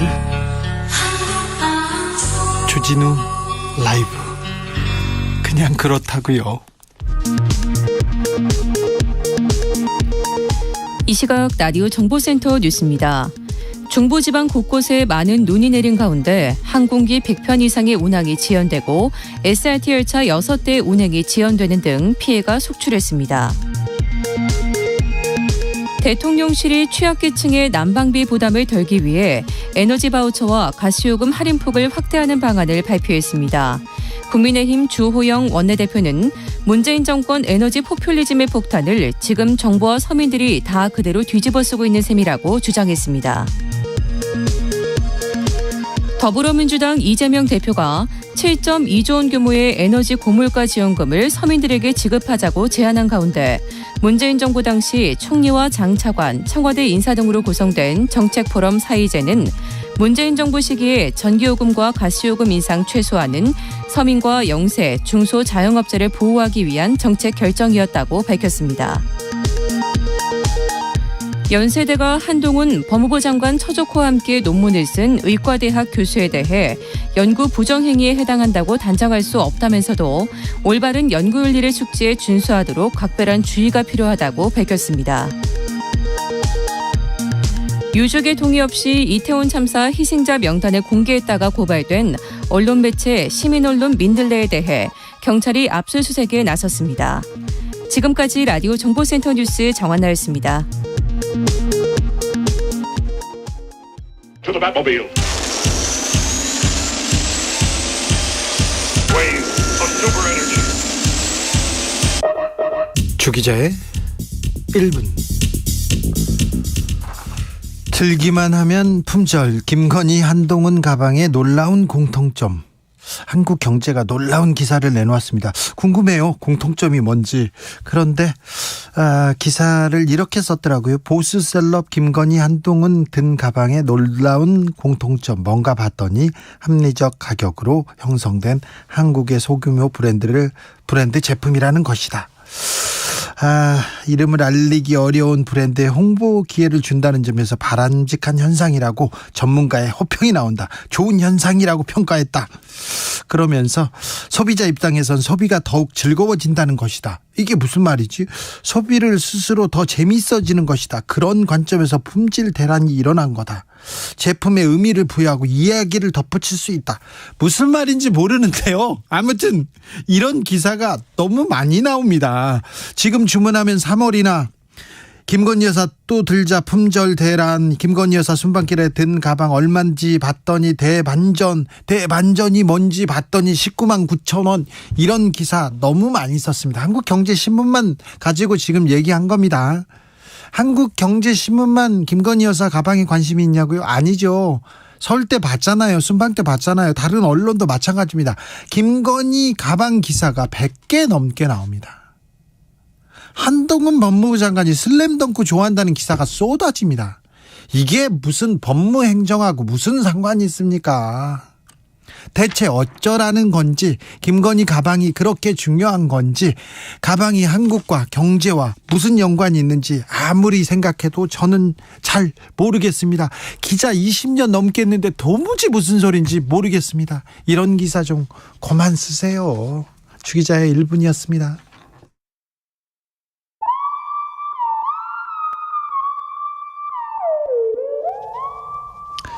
장기하의 부럽지가 않아. 야, 너네 자랑하고 싶은 거 있으면 얼마든지 해. 난 괜찮아. 왜냐면 난 부럽지가 않아. 한 개도 부럽지가 않아.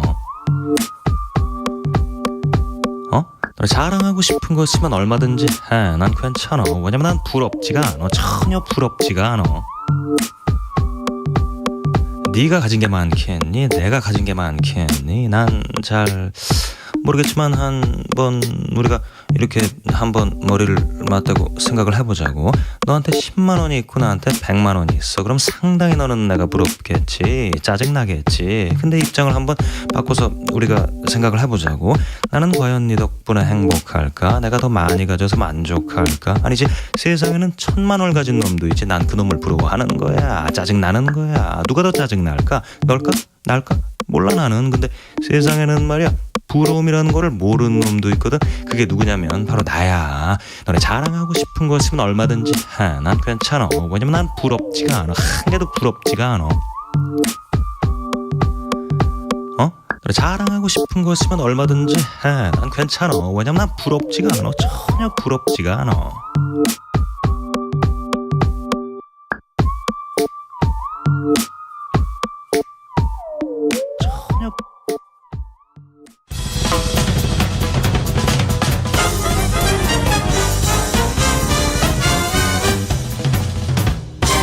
훅 인터뷰. 훅 인터뷰 이어가겠습니다. 보수와 대한민국의 최종 병기가 되겠다. 국민의힘 김재원 전 최고위원이 최고위원 출마를 선언했습니다. 이분이 3선 국회의원을 지냈고요. 청와대 정무수석을 지냈습니다. 많은 또 경험과 경륜이 있는 분인데 최고위원 출마 선언을 한 이유는 뭔지, 지도부 입성을 해서 국민의힘 어떻게 이끌 건지 구상 물어보겠습니다. 김재원 전 최고위원 모셨습니다. 안녕하세요. 안녕하세요. 네, 새해 복 많이 받으십시오. 건강하세요. 네, 최고위원 출마 선언하셨어요? 네. 네, 윤핵관들한테 허락은 받으셨어요? 당황하지 마시고요. 그걸 그걸 허락을 받아야 된다고 누가 이야기하던가요? 아니요, 아니죠. 그런데 그런 질문을 해서 갑자기 훅 당황하게. 네, 당황하셨네요. 아니, 천하의 김재원도 당황합니까? 아니, 누가 허락받고 출마하는 건 아니지만 네. 요즘 좀 국민의힘에서 일어나는 일들이 네. 좀 워낙 좀 국민의 눈에서는 상식적이지 않으니까. 근데 이제 그렇게 이야기하는 것을 가짜 뉴스라고 합니다. 가짜 뉴스라고요? 네. 근데 왜 당황하셨어요? 아니, 이제 그런 질문을 할 줄은 상상도 못해서. 네. 자, 보수와 대한민국의 최종 병기가 되겠다. 어떤 의미입니까? 사실 이제 우리나라가 자꾸 진영 논리로 너무 가서 이런 또 상황이 되고 말았는데요. 네. 당장에는 윤석열 정부가 출범을 하고 지금 벌써 8개월이 지났는데 네. 이 모든 사안이 그 진영 논리로서 끝까지 가고 있거든요. 그렇죠. 정치는 없다. 어디 있니? 네. 이렇게 물어봅니다. 그래서 이제 뭐 그런 상황이다 보니까 네. 또 나름대로 우리 당에서 네. 좀 제대로 전투력을 갖추고 네. 또 당내뿐만 아니라 대외적으로도 네. 좀 적극적으로 활동을 할 필요가 있다라는 생각으로 네. 이제 선거용으로 네. 캐치프레이즈를 잡았습니다. 알겠습니다. 정치력을 가진 사람들이 정치 네. 일선에 좀 나서야 되는데 네. 지금 윤석열 정부 8개월인데 국민의힘이 네. 정치력, 능력 보여주지 않았어요? 아니 대통령께서 충분히 정치력과 능력을 보여주고 있죠. 근데 대통령만 보여주는데 당은 뭐 합니까? 그러면 당이 그래서 이제 비대위가 여당에서 비대위가 네. 진행이 되고 있고 이렇기 때문에 이제 좀 더 그 확실한 네. 능력을 갖춘 지도부가 출범을 하고 네. 그렇게 구성이 되어야만이 이제 대통령을 또 뒷받침하고 소수 여당으로서 네. 총선에도 제대로 임할 수 있다 이런 판단으로 네. 최종 병기라는 그 표현으로 썼습니다. 최종 병기는 사실 한번 등장하면 모든 걸 다 끝장내버리는 그래서 저 병기이기 때문에 네. 제가 그 역할을 하겠다는 거죠. 그래 국민의힘 끝장냅니까? 평정하겠다는 거죠. 평정하겠다. 알겠습니다. 사실은 윤석열 대통령 눈치만 보는 거 아니냐. 국민의힘이 역할을 못했다. 처음에는 윤석열 대통령 발목 잡기 하다가 그다음에는 심기만 경호했다. 이런 얘기 나오는데 국민의힘이 정말 좀 정치력을 보여서 정부 여당이 좀 역할을 해야 됩니다. 그런 비판이 아주 비판적인 네. 아주 비판적인 건 아니고요. 그런 비판을 하고 있고 네. 또 그런 비판을 듣는 것도 네. 사실 정치 역할이지만 어쨌든 네. 그런 비판도 겸허하게 받아들여야 되죠. 그래서 전당대회를 거치면서 네. 당의 리더십을 제대로 확립하고 네. 그를 통해서 앞으로 이제 굳건한 여당을 만들어야 된다고 알겠습니다. 봅니다. 정치가 실종됐다. 정치력 아예 사라졌다고 얘기하는데 아무튼 국민의힘 정치력 복원될지 김재원이 힘을 보탤지 좀 지켜보겠습니다. 기대하는 사람도 좀 있어요. 많습니다. 고맙습니다. 자, 그런데요. 네. 그 정치를 깊게 보는 분이니까 좀 물어볼게요. 또 뭐 이렇게 힘든 질문을 하려고. 그래서 이제 나경원 전 의원은 어떻게 되는 겁니까? 일단 출마하지 않기 때문에 네. 출마하지 않으면 이제 사라질 거 아니에요. 이제 국민의 관심에서도 정치권에서도 이렇게. 나경원 전 대표만한 또 그 여성 정치인이 네. 사실 우리 당에 없어요. 그리고 또 앞으로도 훌륭한 역할을 많이 하리라고 저는 기대하고 있습니다. 반윤의 우두머리라고 다 거의 초주검이 됐어요. 이제. 반윤은 아니죠. 사실 제가 봤을 때 네. 반윤으로 될 수 있는 분도 아니고 그렇죠. 또 반윤도 아니고 네. 그러나 어쨌든 과정에서 좀 매끄럽지 못한 여러 가지 일이 그것이 이제 오히려 갈등으로 커져서 비롯된 문제인데 앞으로 또 정치적인 역할은 충분히 다시 할 수 있지 않을까 저는 기대합니다. 나경원 전 의원이 당권 경쟁에서 빠지면 김기현 후보한테 유리합니까? 안철수 후보한테 유리합니까? 저는 이제 궁극적으로는 김기현 후보에게 더 유리하리라고 봐요. 그럴 것 같은데요. 네. 그런데 나경원 후보를 너무 이렇게 주변에서 너무 때려서 그런지 지금 안철수 후보가 올라갑니다. 그것은 이제 약간의 반작용인데 시간이 좀 지나면 다시 저는 당원들의 마음이 그렇게 결정이 되리라고 봐요. 왜냐하면요. 주로 나경원 전 대표도 그렇고 저도 그렇고 입당한 지 20년이 넘었거든요. 그렇죠. 그리고 나경원 전 대표에 대한 지지자들이 대체로 가장 강력한 당의 애착심 있는 핵심 당원들이거든요. 그래서 그분들이 선택하는 것은 아무래도 그런 것을 염두에 둘 것이고 안철수 대표도 우리 당의 훌륭한 자산이기는 한데 그분에 대해서는 아직까지 좀 낯설어하는 당원들이 많을 겁니다. 안철수 후보는 철새입니까? 저는 그렇게 생각하지 않아요. 철새라던데요.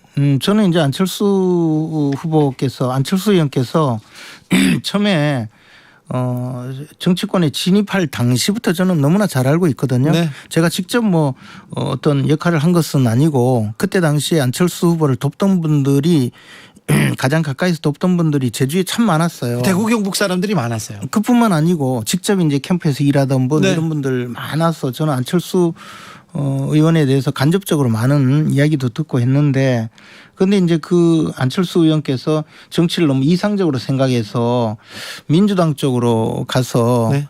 정치를 하려고 했던 첫 번째 선택이 조금 잘못되어서 결국 오랜 세월 끝에 이제 원래 자리로 돌아온 것이지. 아, 그렇습니까? 네.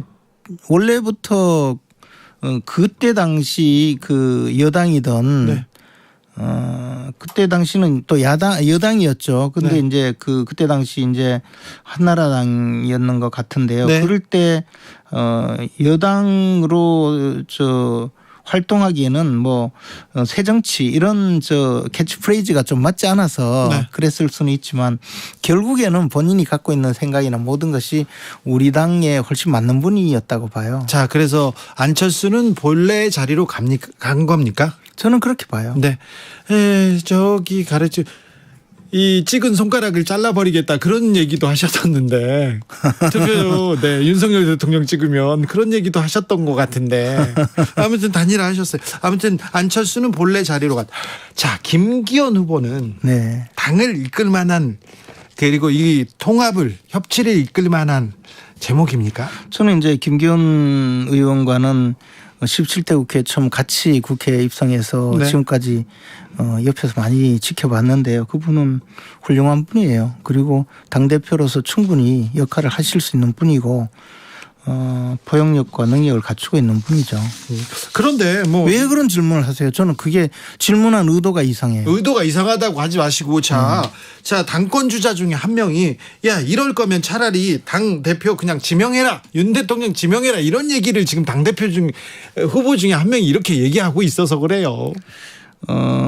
그분은 아마 대통령께서 자신을 도와주지 않는다고 생각하시는 모양이죠. 그리고 네. 딴 쪽을 도와준다고 생각해서 뭐 그러실 수는 있는데 대통령이 지명하라고까지 하는 것은 좀 너무한 이야기고요.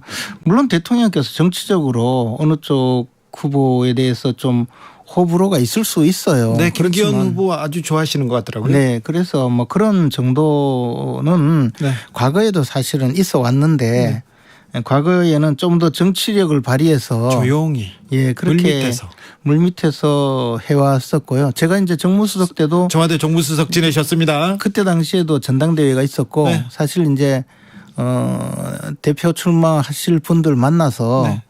어떤 경우에는 좀 자제도 부탁하고 그러셨구나. 어떤 경우에는 좀 나와달라고 요청도 하고 그렇게 했었거든요. 그런데 이제 이런 것이 겉으로 드러나지 않고 내부적으로 그때 당시 청와대의 역할 또는 여당의 역할에서 이제 조용히 되면 훨씬 좋은데 이번에는 그것이 이제 정치란 게 원래 모습이 드러나면 조금 이렇게 국민들이 걱정하는 사태가 될 수 있거든요. 네. 뭐 그런 정도가 아닌 것 같습니다. 모습이 잠깐 드러나는 게 아니라 노골적으로 너무 보여준 거 아닌가 이렇게 생각했는데 근데 이번에요. 유승민 때리기 거기까지는 그럴 수도 있다고 보는데 나경원을 반윤으로 때리는 거 너무 여기저기에서 이렇게 집단 린치다 뭐 깡패도 이렇게 안 한다 이런 얘기는 지금 국민의힘에서도 나왔습니다. 그런데 홍준표 대구시장은 왜 그렇게 나경원 전 의원을 이렇게 싫어했을까요? 홍준표 대표님이 좋아하시는 분이 누구 있나요? 누구요? 아니 홍준표 시장님은 사실은 굉장히 그 정치적으로 비평을 시원하게 잘 하시기 때문에 고수죠. 예, 뭐 그래서 이제 그런 거지 뭐 특별히 나경원 전 대표에 대해서만 그랬다고 보지는 않고요. 아니 근데 감정이 너무 실려 있더라고요. 그 말에 거의 독서를 퍼붓더라고요. 연일 그게 또 이제 박수 치는 분들도 많으니까 그렇고요. 뭐 홍준표 시장님은 그게 또 매력이기도 해요. 아 그래요? 네. 또 그것도 매력. 아니 근데 저보고 이제 뭐 또 저를 지명한 것 같은데 뭐 한물간 낭인이 설친다고. 근데 왜 김재원 전 수석, 김재원 최고위원, 김재원 의원을 이렇게 견제할까요? 홍준표 시장이 견제하는 거는 분명한 것 같아요. 아니 별로 견제할 필요 없어요. 제가 대선에 당장 나갈 것도 아닌데. 네. 그래서 크게 견제 안 해요. 자, 대구 경북을 두고 이렇게 다투는 거 아닌가 이런 생각도 하는데, 그런데요, 이제 최고위원 선거는 사실은 당대표하고 이렇게 어떤 결인지 윤회관인지 아닌지 이렇게 줄 서서 이렇게 투표를 할 가능성이 있다, 이렇게도 보여요. 그래서 러닝메이트 개념으로 한다 이런 경우도 있는데 실제 이제 그게 그렇게 가능하지 않고 그렇지 않습니까? 네, 그래서 제 같은 경우는 이제 안철수 의원님 지지자의 표도 좀 받아야 되고 김기현 의원님 지지자 표는 다 받아야 되고 그렇습니까? 이런 입장이기 때문에 저는 지난 당대표 선거 이준석 바람이 돌풍이 불 때도 딱 호련히 혼자서 딱 단기 필마로 나와가지고 김재원 최고위원님은 최고위원 딱 됐잖아요. 이번에도 되시겠죠, 뭐.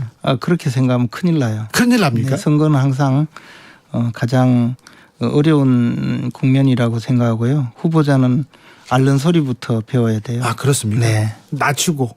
네. 겸손하게. 네. 그런데 왜 국민의힘은 낮추지 않습니까? 왜 대통령은 낮추지 않습니까?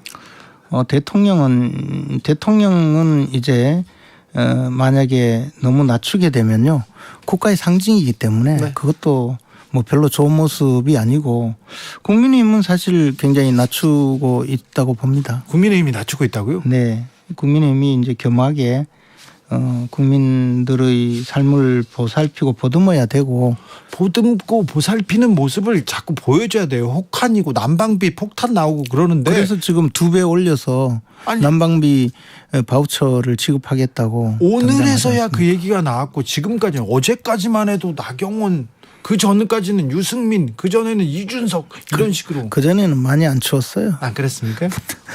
알겠어요. 경북에서 3선 의원을 했고 청와대 정무수석을 했고, 그런데 지도부 입성하지 않아도 충분히 본인의 목소리를 낼 만한 그런 경륜과 힘이 있는데, 최고위원회에 나서셔야 되는 이 당권에서 이 당 지도부에 입성해야 되는 이유는 뭔가요? 저는 이제 지난번 사실 이준석 전 대표 시절에 최고위원으로서 같이 일을 했거든요. 근데 그때 그 전까지는 사실 제가 원외 인사가 최고위원을 해서 하는 모습이 제가 그렇게 주목해서 본 적이 별로 없었는데, 그때 당시에는 영선의 대표였을 뿐만 아니고 전체적으로 당이 굉장히 지리멸렬했어요. 겉으로 보기에 많은 뉴스가 있었지만 실제 내부적으로 의사결정 과정이라든가 당의 여러 가지 진로에서 굉장히 문제가 많았었거든요. 그리고 그 과정에서 제가 참 많은 고통을 겪으면서 지도부에서 역할을 했었는데, 그러면서 최고위원이 당의 방향을 정하고 의사결정에 참여하는 것이 굉장히 중요하다고 느꼈어요.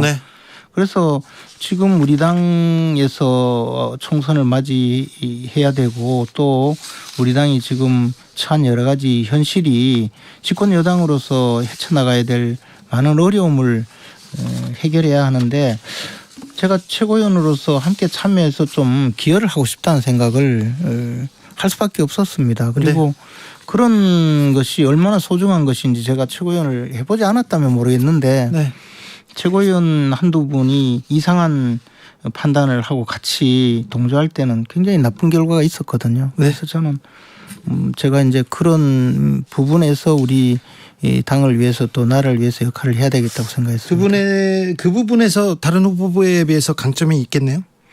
예, 저는 자신 있습니다. 태영호, 지성우 의원 출마 선언을 했고요. 김재원 의원, 그리고 장해찬 청년재단 이사장 했습니다. 그리고 많은 청년들이 지금 출마하겠다고 하는데, 다른 최고위원 후보군들 어떻게 보세요? 다 훌륭한 분이고요. 특히 태영호 의원님 같은 분은 이제 우리나라가 얼마나 또 포용력 있는 사회인가, 그런 면을 좀 보여준다고 봐요. 근데 앞으로 또 더 훌륭한 분들이, 현역 의원들이 많이 출마하지 않을까 생각하고요.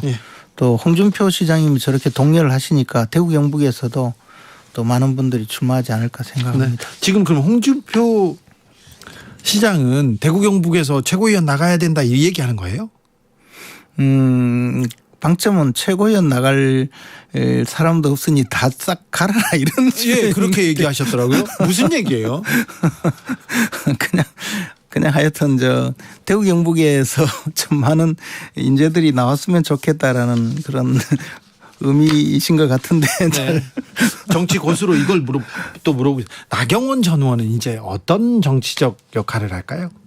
제가 만약에 조언을 한다면 시간을 두고 우리 당에서 당선되기 조금 어려운 곳에서 묵묵히 일해서 당선되어 오시는 것이 좋은 방향이 아닐까. 험지로 가서 거기서 지금도 최험지예요. 어디 가요? 동작구. 험지라고 볼 수는 없지만 지난번에 이수진 의원한테 석패했으니까 쉽지는 않지만 아무튼 험지에서 오시면 또 역할이 또 있을까요? 이게 윤핵관 저는요 그게 아니고 나경원 전 대표만큼 우리 당에서 성공한 여성 정치인은 지금 현재 갖추고 그만큼 없어요. 그런 사람이 없는데 너무 많은 이렇게 상처를 입어서 정치적으로 조금 피폐해지지 않을까요? 글쎄 이제 그것은 물론 개인적으로 극복을 해야 될 과제이긴 하지만 나경원 전 대표 정도의 정치력을 갖춘 분이라면 충분히 극복할 수 있으리라고 생각합니다. 자, 박근혜 정부의 청와대 정무수석을 지내셨습니다. 박근혜 콘크리트 지지층 그리고 막강한 영향력을 가지고 있었습니다. 정치력도 발휘했습니다. 근데 그런 분도 정말 자기가 원하는 사람을 못 세웠는데 이 가능하다고 보십니까? 당선이 가능하다고 당선 가능합니까? 아니 당선이 가능하다는 그런 의미이시죠? 네. 저는 충분히 지금은 가장 안정적으로 당선 가능성 안에 든 후보가 김기현 후보라고 생각하고 있습니다. 그래요? 네. 네. 그리고 이제 지금 여론조사라고 나오는 것은 추세는 어느 정도 볼 수는 있지만 여론조사 자체가 이것은 여론조사라고 하기 좀 어려운 조사예요. 왜냐하면 모집단 자체가 당원이 아니고 두 번째는 지금 표본 자체가 1,000명 정도를 물어서 그중에 지지자를 추출해서 지역별 연령별 분포 상관없이 그냥 비율을 내는 거거든요. 아직은 당원 그리고 세밀하게 지금 여론조사를 하지 않아서 그렇겠지만 근데 만약에 윤핵관이 세운 후보 대통령이 센 후보가 당권 경쟁에서 만약에 진다면 어떻게 되는 겁니까? 아니 이제 그럴 가능성이 저는 별로 없다고 봐요. 별로 없습니까? 네, 별로 없다고 보고 만약에라는 말씀이니까 그렇지만 하여튼 잘 되겠죠 잘 되겠는데 그럴 가능성이 아예 없는 것도 아니고요. 지금 당원이 많이 는 데다가 그리고 이준석 그다음에 젊은 층 이준석 효과 때문에 젊은 층도 많이 이렇게 당원에 가입했기 때문에 이번엔 변수가 좀 있지 않을까요? 제가 이제 최근에 당원 통계를 작년 8월 달의 당원 통계를 한번 우연히 보게 됐는데요. 그거 보면 서울 수도권에서 확실히 많이 늘고 대구 경북의 비율이 훨씬 줄었어요. 부울경 전체도 줄고 또 연령별로도 좀 젊어진 것은 틀림없고요. 그렇다고 해서 표심 전체가 완전히 뒤집혔다고 보기는 좀 어려운데요. 어쨌든 이런 것은 이제 앞으로 한 달 정도의 선거운동 기간 중에서 어떤 쪽으로 좀 더 이 유권자들의 심적인 중점이 움직이느냐에 따라서 좀 다르리라고 봐요. 그리고 분명히 당협위원장의 영향력이 줄어든 것은 사실이에요. 네, 맞습니다. 민주당은 어떻게 움직일까요? 어떻게 앞으로 이재명 갈까요? 대표가 이제 저기에 결국은 사퇴하는 상황으로 끌고 가지 않겠습니까? 민주당 살려면. 사퇴라니요?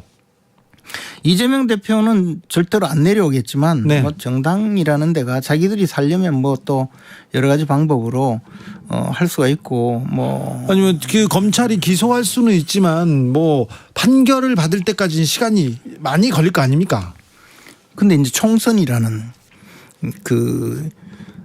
불편한 진실이 이제 앞에 기다리고 있거든요. 그런데 지금 상태로 민주당에 가면 선거에 질 게 뻔하다라는 그런 판단이 된다면 민주당 주류 세력들도 생각을 달리하겠죠. 아니 저 민주당 지지자들은 국민의힘이 저렇게 질이 멸렬하고 윤석열 정부에서 저렇게 그 무책임한 모습을 계속 보여주기 때문에 민주당은 승리할 것이다 이렇게 생각하시는데 서로 이제 상대를 보고 위안을 삼을지는 몰라도 국민의힘에 이제 최종 병기가 있다는 걸 알면 그렇게 안 될 겁니다. 최종 병기는 김재원입니까? 최종 병기는 김재원이요? 아유 무섭습니다. 그래서 네. 이 총선이라는 상황이 되면요. 어쨌든 국민들은 굉장히 예민해지고 네. 시시비비 선악 진실 다 가리게 됩니다. 네. 그래서 지금까지야 뭐 이재명 대표께서 손바닥으로 하늘을 가리고 계셨지만 그러나 지금 이재명 대표가 생각하는 것보다는 훨씬 많은 진실들이 자꾸 나오고 있잖아요. 그래서 뭐 저는 그렇게 오래 버티시지는 못할 거라고 봅니다. 네. 국민의힘 최종 병기 김재원 후보의 얘기를 들었습니다. 근데 넘어야 할 산이 있습니다. 극우 유튜버들이 지금 대거 출마했어요. 아유 그 사람들 영향력 세지 않습니까? 저는 뭐 극우 유튜버라고 생각하지는 않고 우리와 함께 가야 될 분들이라고 생각하는데요. 대거라고 하지만 실제로 뭐 신혜식, 김세희 그리고 또 뭐 본인이 차기 뭐 하느님이다 그러신 분들도 나오셨다면서요 국민의힘. 굉장히 괜찮은 분이라고 네. 평가하고 싶습니다. 그래요? 괜찮은 분들입니까? 네. 그래서 그 다 같이 경쟁하는 건 결국에 우리 당의 지지의 외연을 넓혀주신 분이고 대선에 승리하게 만들어주신데 혁혁하게 공을 세우신 분들이거든요. 그런 공과를 모두 판단해서 당원들이 결정하겠죠. 네. 김재원 전 국민의힘 최고위원입니다. 이번에 국민의힘 최고위원 출사표를 던진 최종 병기 김재원 전 최고위원 말씀 들었습니다. 감사합니다. 고맙습니다. 정치 피로, 사건 사고로 인한 피로, 고달픈 일상에서 오는 피로. 오늘 시사하셨습니까? 경험해보세요. 들은 날과 안 들은 날의 차이. 여러분의 피로를 날려줄 저녁 한 끼 시사 추진우 라이브.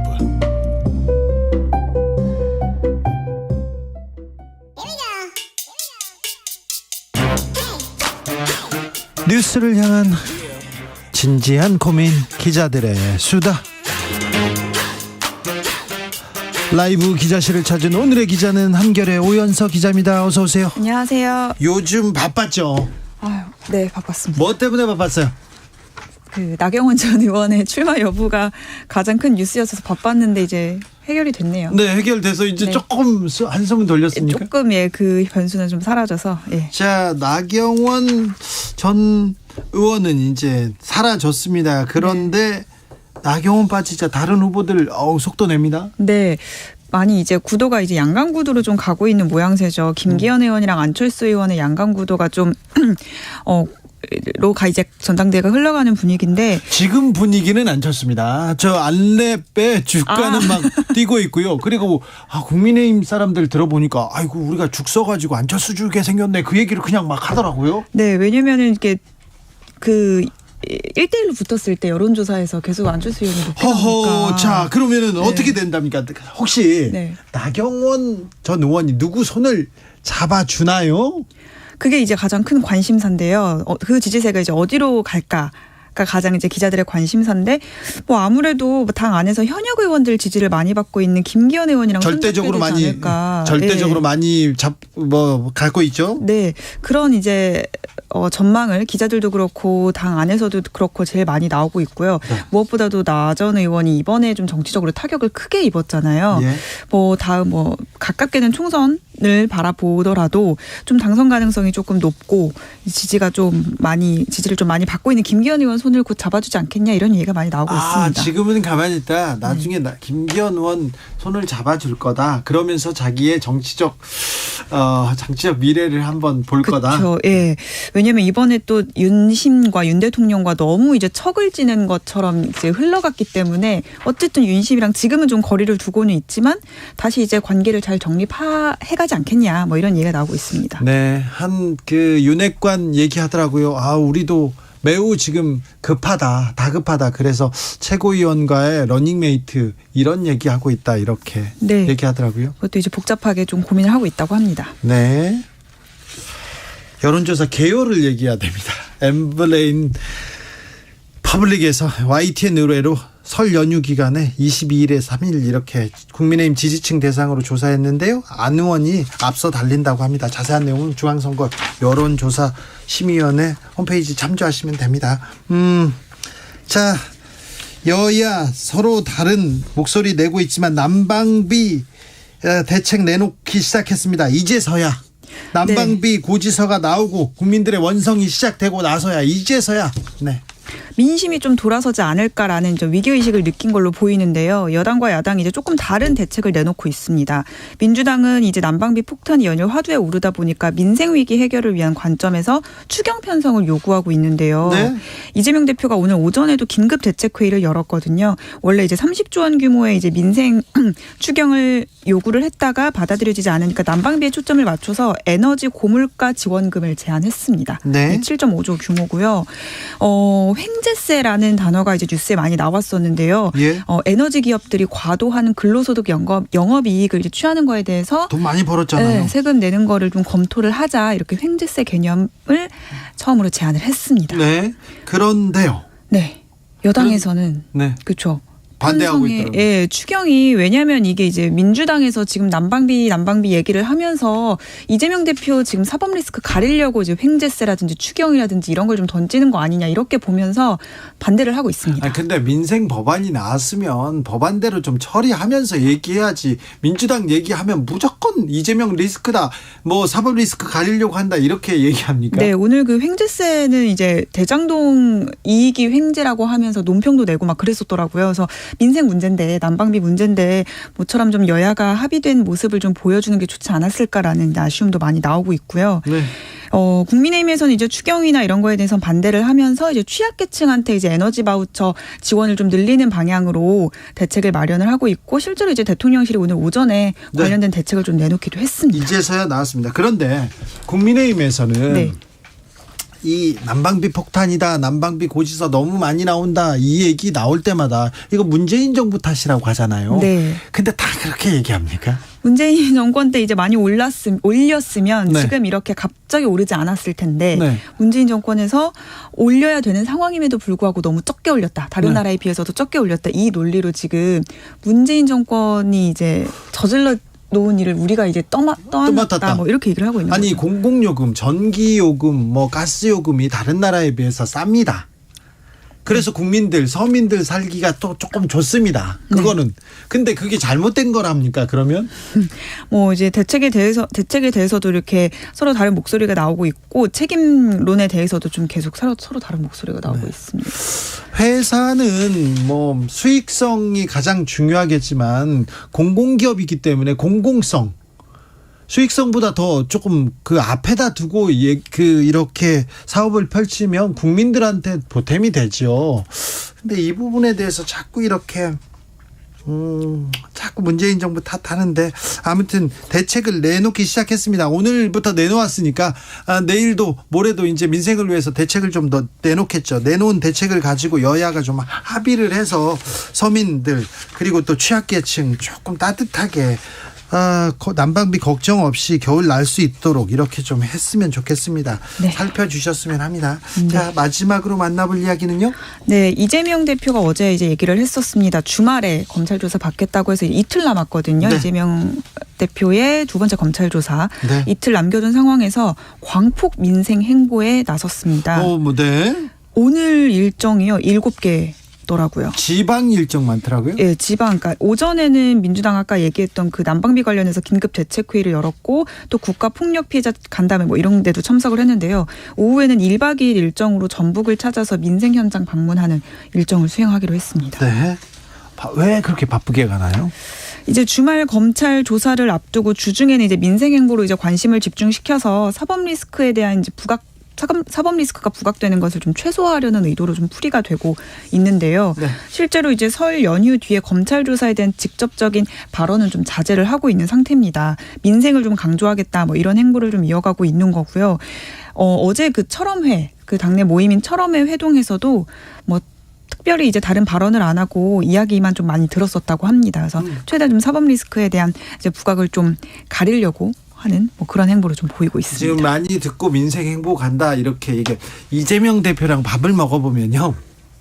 네. 이분도 달변이고 아는 게 많잖아요. 그렇죠. 고민이 많아가지고 이건 어떻겠습니까? 저건 어떻겠습니까? 아이디어를 굉장히 많이 내놓고 말을 많이 하시는 분인데 그렇죠. 좀 듣고 있답니다 요새는. 네, 요새 많이 듣고 있다고 하고요. 뭐 실제로 뭐 대선 준비하거나 막 이럴 때도 기자들한테도 막 전화해서 전략이나 이런 거에 대해서도 많이 물어보고 많이 물어봐요. 소통을 많이 하는 이제 의원으로 이제 알려졌는데 지금은 좀 많이 듣고 얘기를 많이 하는 것보다는 좀 많이 듣고 하는 상황이라고 합니다. 자, 이번에 두 번째 검찰 조사입니다. 좀 네. 어떻게 좀 전략이 보입니까? 사실 이제 민주당에서는 이게 검찰의 이제 답을 정해놓고 하는 수사라는 얘기를 계속 하고 있는 거잖아요. 어차피 기소까지는 막을 수도 없는 거고 그럼 이제 구속시킬 텐데 이것만은 좀 막아야 된다라는 생각으로 이제 전략을 좀 짜고 있다고 하고요. 뭐 지금 이제 계속해서 관련 보도들이 나오고 있잖아요. 관계자들의 이제 발언에 대해서 이재명 대표가 직접 뭐 아니다 기다 이렇게 얘기를 하기보다는 그 이제 진위 여부는 재판에 가서 다투고 우리는 이제 이 체포동의안 부결시키기 위해서 좀 어떻게 해야 되는지 뭐 이런 거에 대한 논의를 좀 해야 된다라는 게 당 안에서 많이 나오는 얘기라고 합니다. 체포동의안 얘기를 하고 있습니까? 네. 이번 검찰 조사 이후에는 검찰이 아마 영장을 치거나 기소를 할 거다 이렇게 생각하는군요. 네, 그런 점까지 지금 내다보고 있다고 합니다. 네, 여기까지 들을까요? 네. 기자들의 수다 한결의 오연서 기자였습니다. 감사합니다. 교통정보센터 다녀오겠습니다. 임초희 씨. 네, 이 시각 교통정보입니다. 수도권과 강원 지역에 내리던 눈은 그쳤고요. 일부 충청 지역과 남부 지역에는 약하게 눈발이 날리고 있습니다. 43번 국도 아산 방향으로 기름교차로에서 팽성교차로 쪽으로 많이 막히는데요. 30분 정도 필요합니다.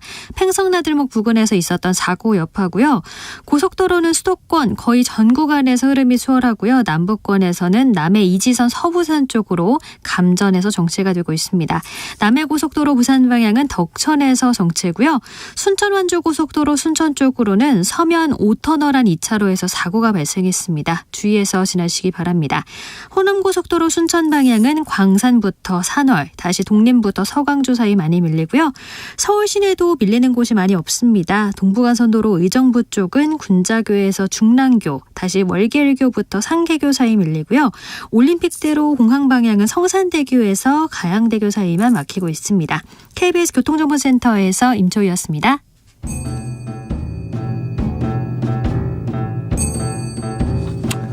태초에 철학이 있었다. 하늘과 땅 사이 세상의 모든 질문 이제 철학으로 풀어보겠습니다. 철학 어렵다고요? 일단 맛이라도 봅시다. 철학의 맛. 조영근 소셜랩 접경지대 소장 어서 오세요. 예, 안녕하십니까. 그리고 오늘 특별 손님 설도 지났으니까 특별하게 모셨습니다. 토크 컨설팅 최광기 대표 오셨습니다. 어서 오세요. 네, 안녕하세요. 반갑습니다. 네. 최광기입니다. 네. 근데 주진 씨 지금 뭐 거의 소개가 무슨 무릎팍도사 같아. 왜요? 안 그래도 철학의 맛인데 이건 뭐 무엇이든지 물어봐야 될 것 같아요. 그런가요? 네. 아유, 오늘 어떻게 잘 풀릴 것 같습니까? 젊게 그런 거하고는 상관이 없어요. 참 또 말도사 앞에서 또 지적을 받으니까 좀 부끄럽습니다. 아유, 왜 그러세요? 네. 설 연휴 잘 보내셨습니까? 네, 뭐 저는 집에서 차례도 지내고 그랬어요. 네, 바빴습니다. 세뱃돈도 이렇게 주시었죠?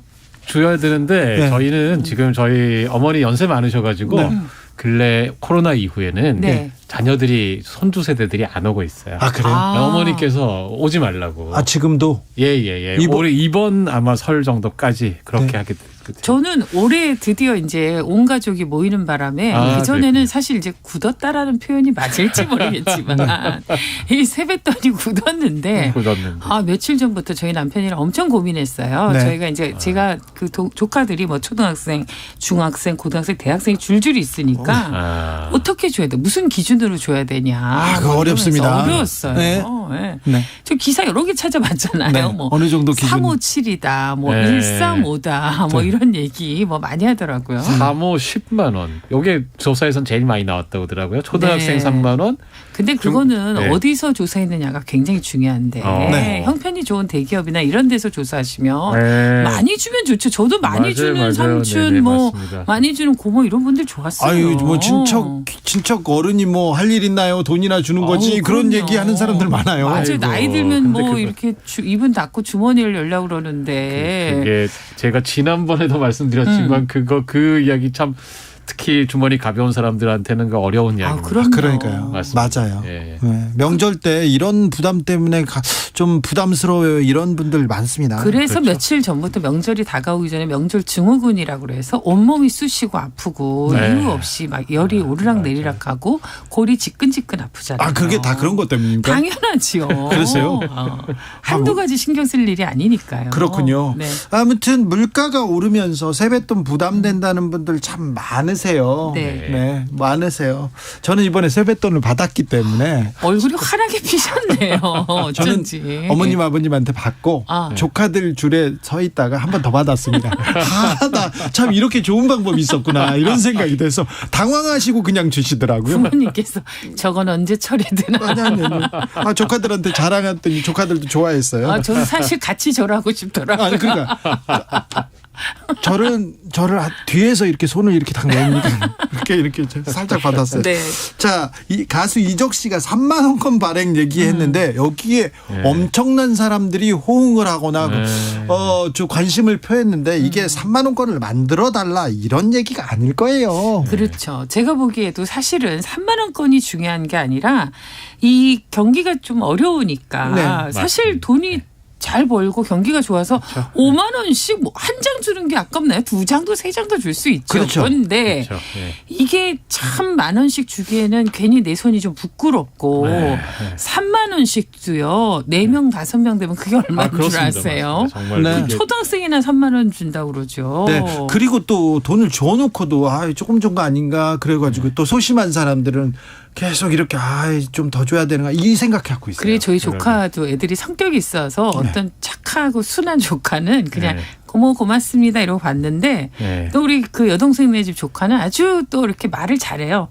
고모 이게 다예요? 난 이런 거 좋아하는데 막 고모 닮았네. 고모 닮았어. 대놓고 얘기해요. 고모 닮았어. 이럴 때는 얼굴 주고도 얼굴이 화끈거리죠. 그러니까요. 이것도 마음의 부담입니다. 주고도 부담이에요. 네. 그게 그래서 사실은 이게 원래 우리가 설날에 세뱃돈을 주는 풍습이라는 게 예전에는 돈을 준 게 아니고 음식이나 과일 같은 걸 줬다고 그렇죠. 그래요. 그러니까 이제 와서 세배를 하잖아요. 손아래 사람이 자녀든 손아래 사람이 와서 하면 돌아갈 때 아이고 아쉬우니까 뭐라도 들려서 우리 보내주던 정이죠. 이게 원래 그 기원이고 그거는 사실은 옛날식으로 이야기를 해보면 이거 이제 잠깐만 용어를 쓰겠습니다. 증답 경제라고 표현하거든요. 증여하고 담대하는 예전에는 화폐로 서로 주고받는 것보다는 이런 게 훨씬 많았다는 거예요. 그렇죠. 이게 기본적으로 선물을 주고받는 개념이기 때문에 돌아가는데 이거 들고 가는데 너무 많이 줘도 안 되잖아요. 못 들고 가니까. 다시 말하면 선물은 너무 과해서도 안 되는 거예요. 맞습니다. 그러니까 우리가 그냥 그야말로 시장 경제에서 사업하는 거고 장사하는 거면 돈을 많이 벌면 좋잖아요. 극대화하면 좋죠. 이익을 극대화하면. 근데 선물이라고 하는 거는 주는 사람의 마음이 부담이 되면 그게 더 이상 선물이 아닙니다. 사실은 근데 그러니까 이게, 선물이라는 게 또 뭐 그런 것도 있어요. 그러니까 받으면 내가 받을 때는 좀 크게 받으면 좋고 내가 줄 때는 또 좀 선물이라는 더 하는데 당연하죠. 제가 받으면 또 받은 만큼 맞아요. 돌려줘야 그건 돼요. 그래요. 그래서 저희가 어렸을 때는 제가 동네에 어른들한테 정말 세배하러 다녔어요. 그래서 그때 이렇게 작은 돈이지만 1,000원짜리 이렇게 주시면서 그걸로 공책도 사고 같이 나눠 먹고 세배를 하면서 그 집 가서 음식도 나눠 먹고 그런 즐거움이었지. 뭐 지금처럼 이거 얼마 저 아저씨 저렇게 쫀쫀해 막 이런 얘기 이런 건 아니었어요. 지금은 돈으로 모든 것을 환산하는 시대 아닙니까? 저 사람 잘 살아. 그게 부자라는 뜻이잖아요. 맞아요. 잘 사는 거하고 어떻게 부자하고 이렇게 같이 평가받습니까? 주진희 씨하고 저하고 같이 가도 제가 선배지만 사람들이 보기에 주진우 씨한테 세배하면 왠지 더 나올 것 같으니까 주진우 씨한테 훨씬 세배 많이 할걸요. 그런 건 아니고요. 저는 그렇게 줄 세워요 사람들이 돈으로. 이게 문제예요. 이게 경기는 어려운데 네. 이게 참 큰일이에요. 없어도 막 주다가요. 없어도 주다가 나중에 보면 이게 뭐지 이런 상황이 있는데 근데 우리나라는 이렇게 또 돈을 주는 풍습이 봉투를 주는 풍습이 있어서 맞습니다. 이걸 또 어찌 봐야 될지 어떻게 생각해야 될지 이게 보면 예전에 월급을 봉투에 넣어줬잖아요. 예. 옛날에 혹시 기억나요? 저희가 어릴 때는 봉투. 아버지들이 월급 봉투에 돈을 받아왔거든요. 생각을 해보면 월급 봉투는 두둑한 게 좋아요. 그렇죠. 느낌이. 근데 그렇죠. 금일봉은 얇아야 좋아요. 왜요? 금일봉을 갖다가 누가 이렇게 해가지고는 두둑하게 안 줘. 이게 안에 들어가 있는 근데 게 사실은 그거는 좀 약간 나쁜. 그러니까 우리가 금일봉이라는 게 네네. 굉장히 좋은 의미로 쓰인 것보다는 뭔가 이렇게 청탁이라든지 뭐 이렇게 약간 경례성보다는 좋은 의미에서는 경려고 네, 나쁜 의미는 뭔가 그렇다 보니까 한 장. 뭔가 큰 거 한 장이라는 개념으로 많이 가잖아요. 네, 그런 거죠. 네, 그렇다 보니까 사람들이 이게 조삼모사인데 3만 원, 만 원짜리 석장을 주나 3만 원권이나 똑같이 3만 원인데도 한 장을 받으면 왠지 이렇게 뭔가 목돈을 받는데 아주 이렇게 그런 느낌이 드는 것 같아요. 그래서 제가 어떤 생각이 들었냐면 일해서 버는 돈하고 뭔가 선물이나 뭔가 횡재로 얻는 돈에 대해서 우리가 좀 느끼는 감각이 좀 다른 게 있는 것 같아요. 그렇죠. 그래서 월급 봉투는 두둑하면 좋겠고 뭔가 선물로 들어오거나 꽁으로 들어오는 돈은 큰 거 한 장이면 좋겠다는 그런 느낌이 있는 것 같아요.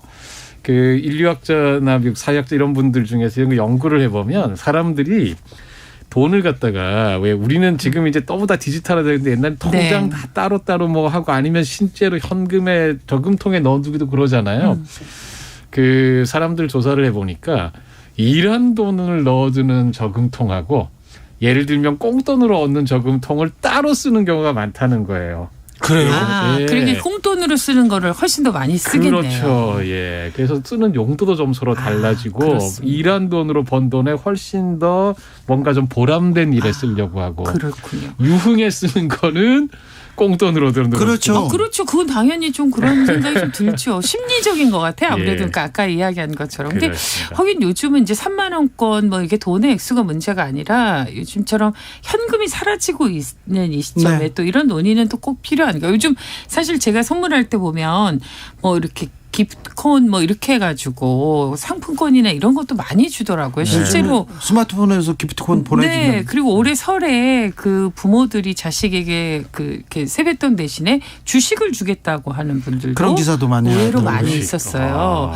그 중에 제일 주고 싶은 주식은 테슬라다 이런 얘기를 하더라고요. 싸니까 일단 사보자 뭐 이런 건지 잘 모르겠지만 하여간 그런 식으로 요즘은 여러 가지로 이 3만 원권이 주는 뉘앙스가 좀 굉장히 그 여러 가지 의미가 있는 것 같은데 실제로 일본에서는 2000년에 이제 우리가 이제 화폐 체계를 좀 이해해야 될 것 같은데 우리나라 같은 경우 이제 1호 체계를 쓰고 있다고 해요. 그러니까 10,000원, 5만 원. 근데 이제 OECD 국가 중에서 유일하게 1호 체계를 쓰는 국가이고 유럽권 같은 경우는 1, 2호 체계. 그러니까 200유로 이런 게 다 있고요. 20유로도 있고 그리고 이제 미국과 카나다 같은 경우는 이게 혼용이에요. 1, 2호 체계와 1호 체계가 혼용되어 있어요. 그렇군요. 근데 실제로 이제 일본에서 그 2000년도에 2,000행을 한번 발행해 봤는데 이게 이제 국민의 그 어떤 의견이나 수요 조사를 안 하고 우리처럼 이게 필요할 것 같아. 그래서 확 발행했다가 인기성, 3년 만에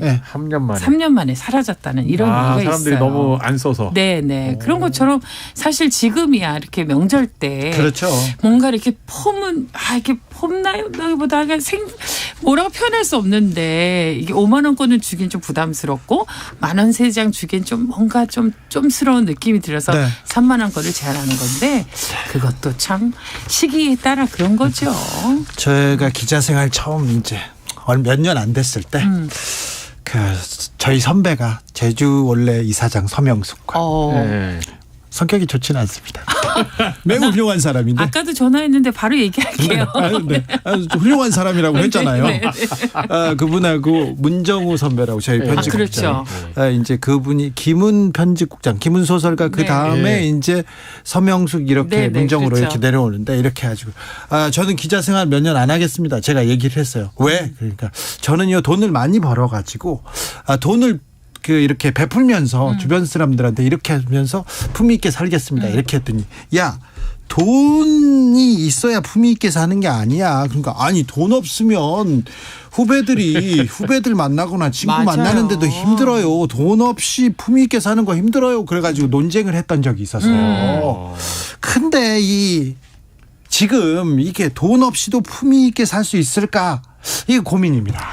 글쎄요. 근데 이제 늘 보면 뭐 얼마만큼 있어야지 품위가 있냐라는 이야기를 많이 할 것 같은데 사실은 돈을 어떻게 쓰느냐에 따른 것 같아요. 네. 그래서 그 적당히 기준도 사람마다 좀 다르겠지만 그렇다고 저는 어쨌건 없으면 어려워진다. 적당히 있어야 된다. 예, 당연한 말씀이고 그러니까 또 거꾸로 이런 말씀도 하나 드리고 싶어요.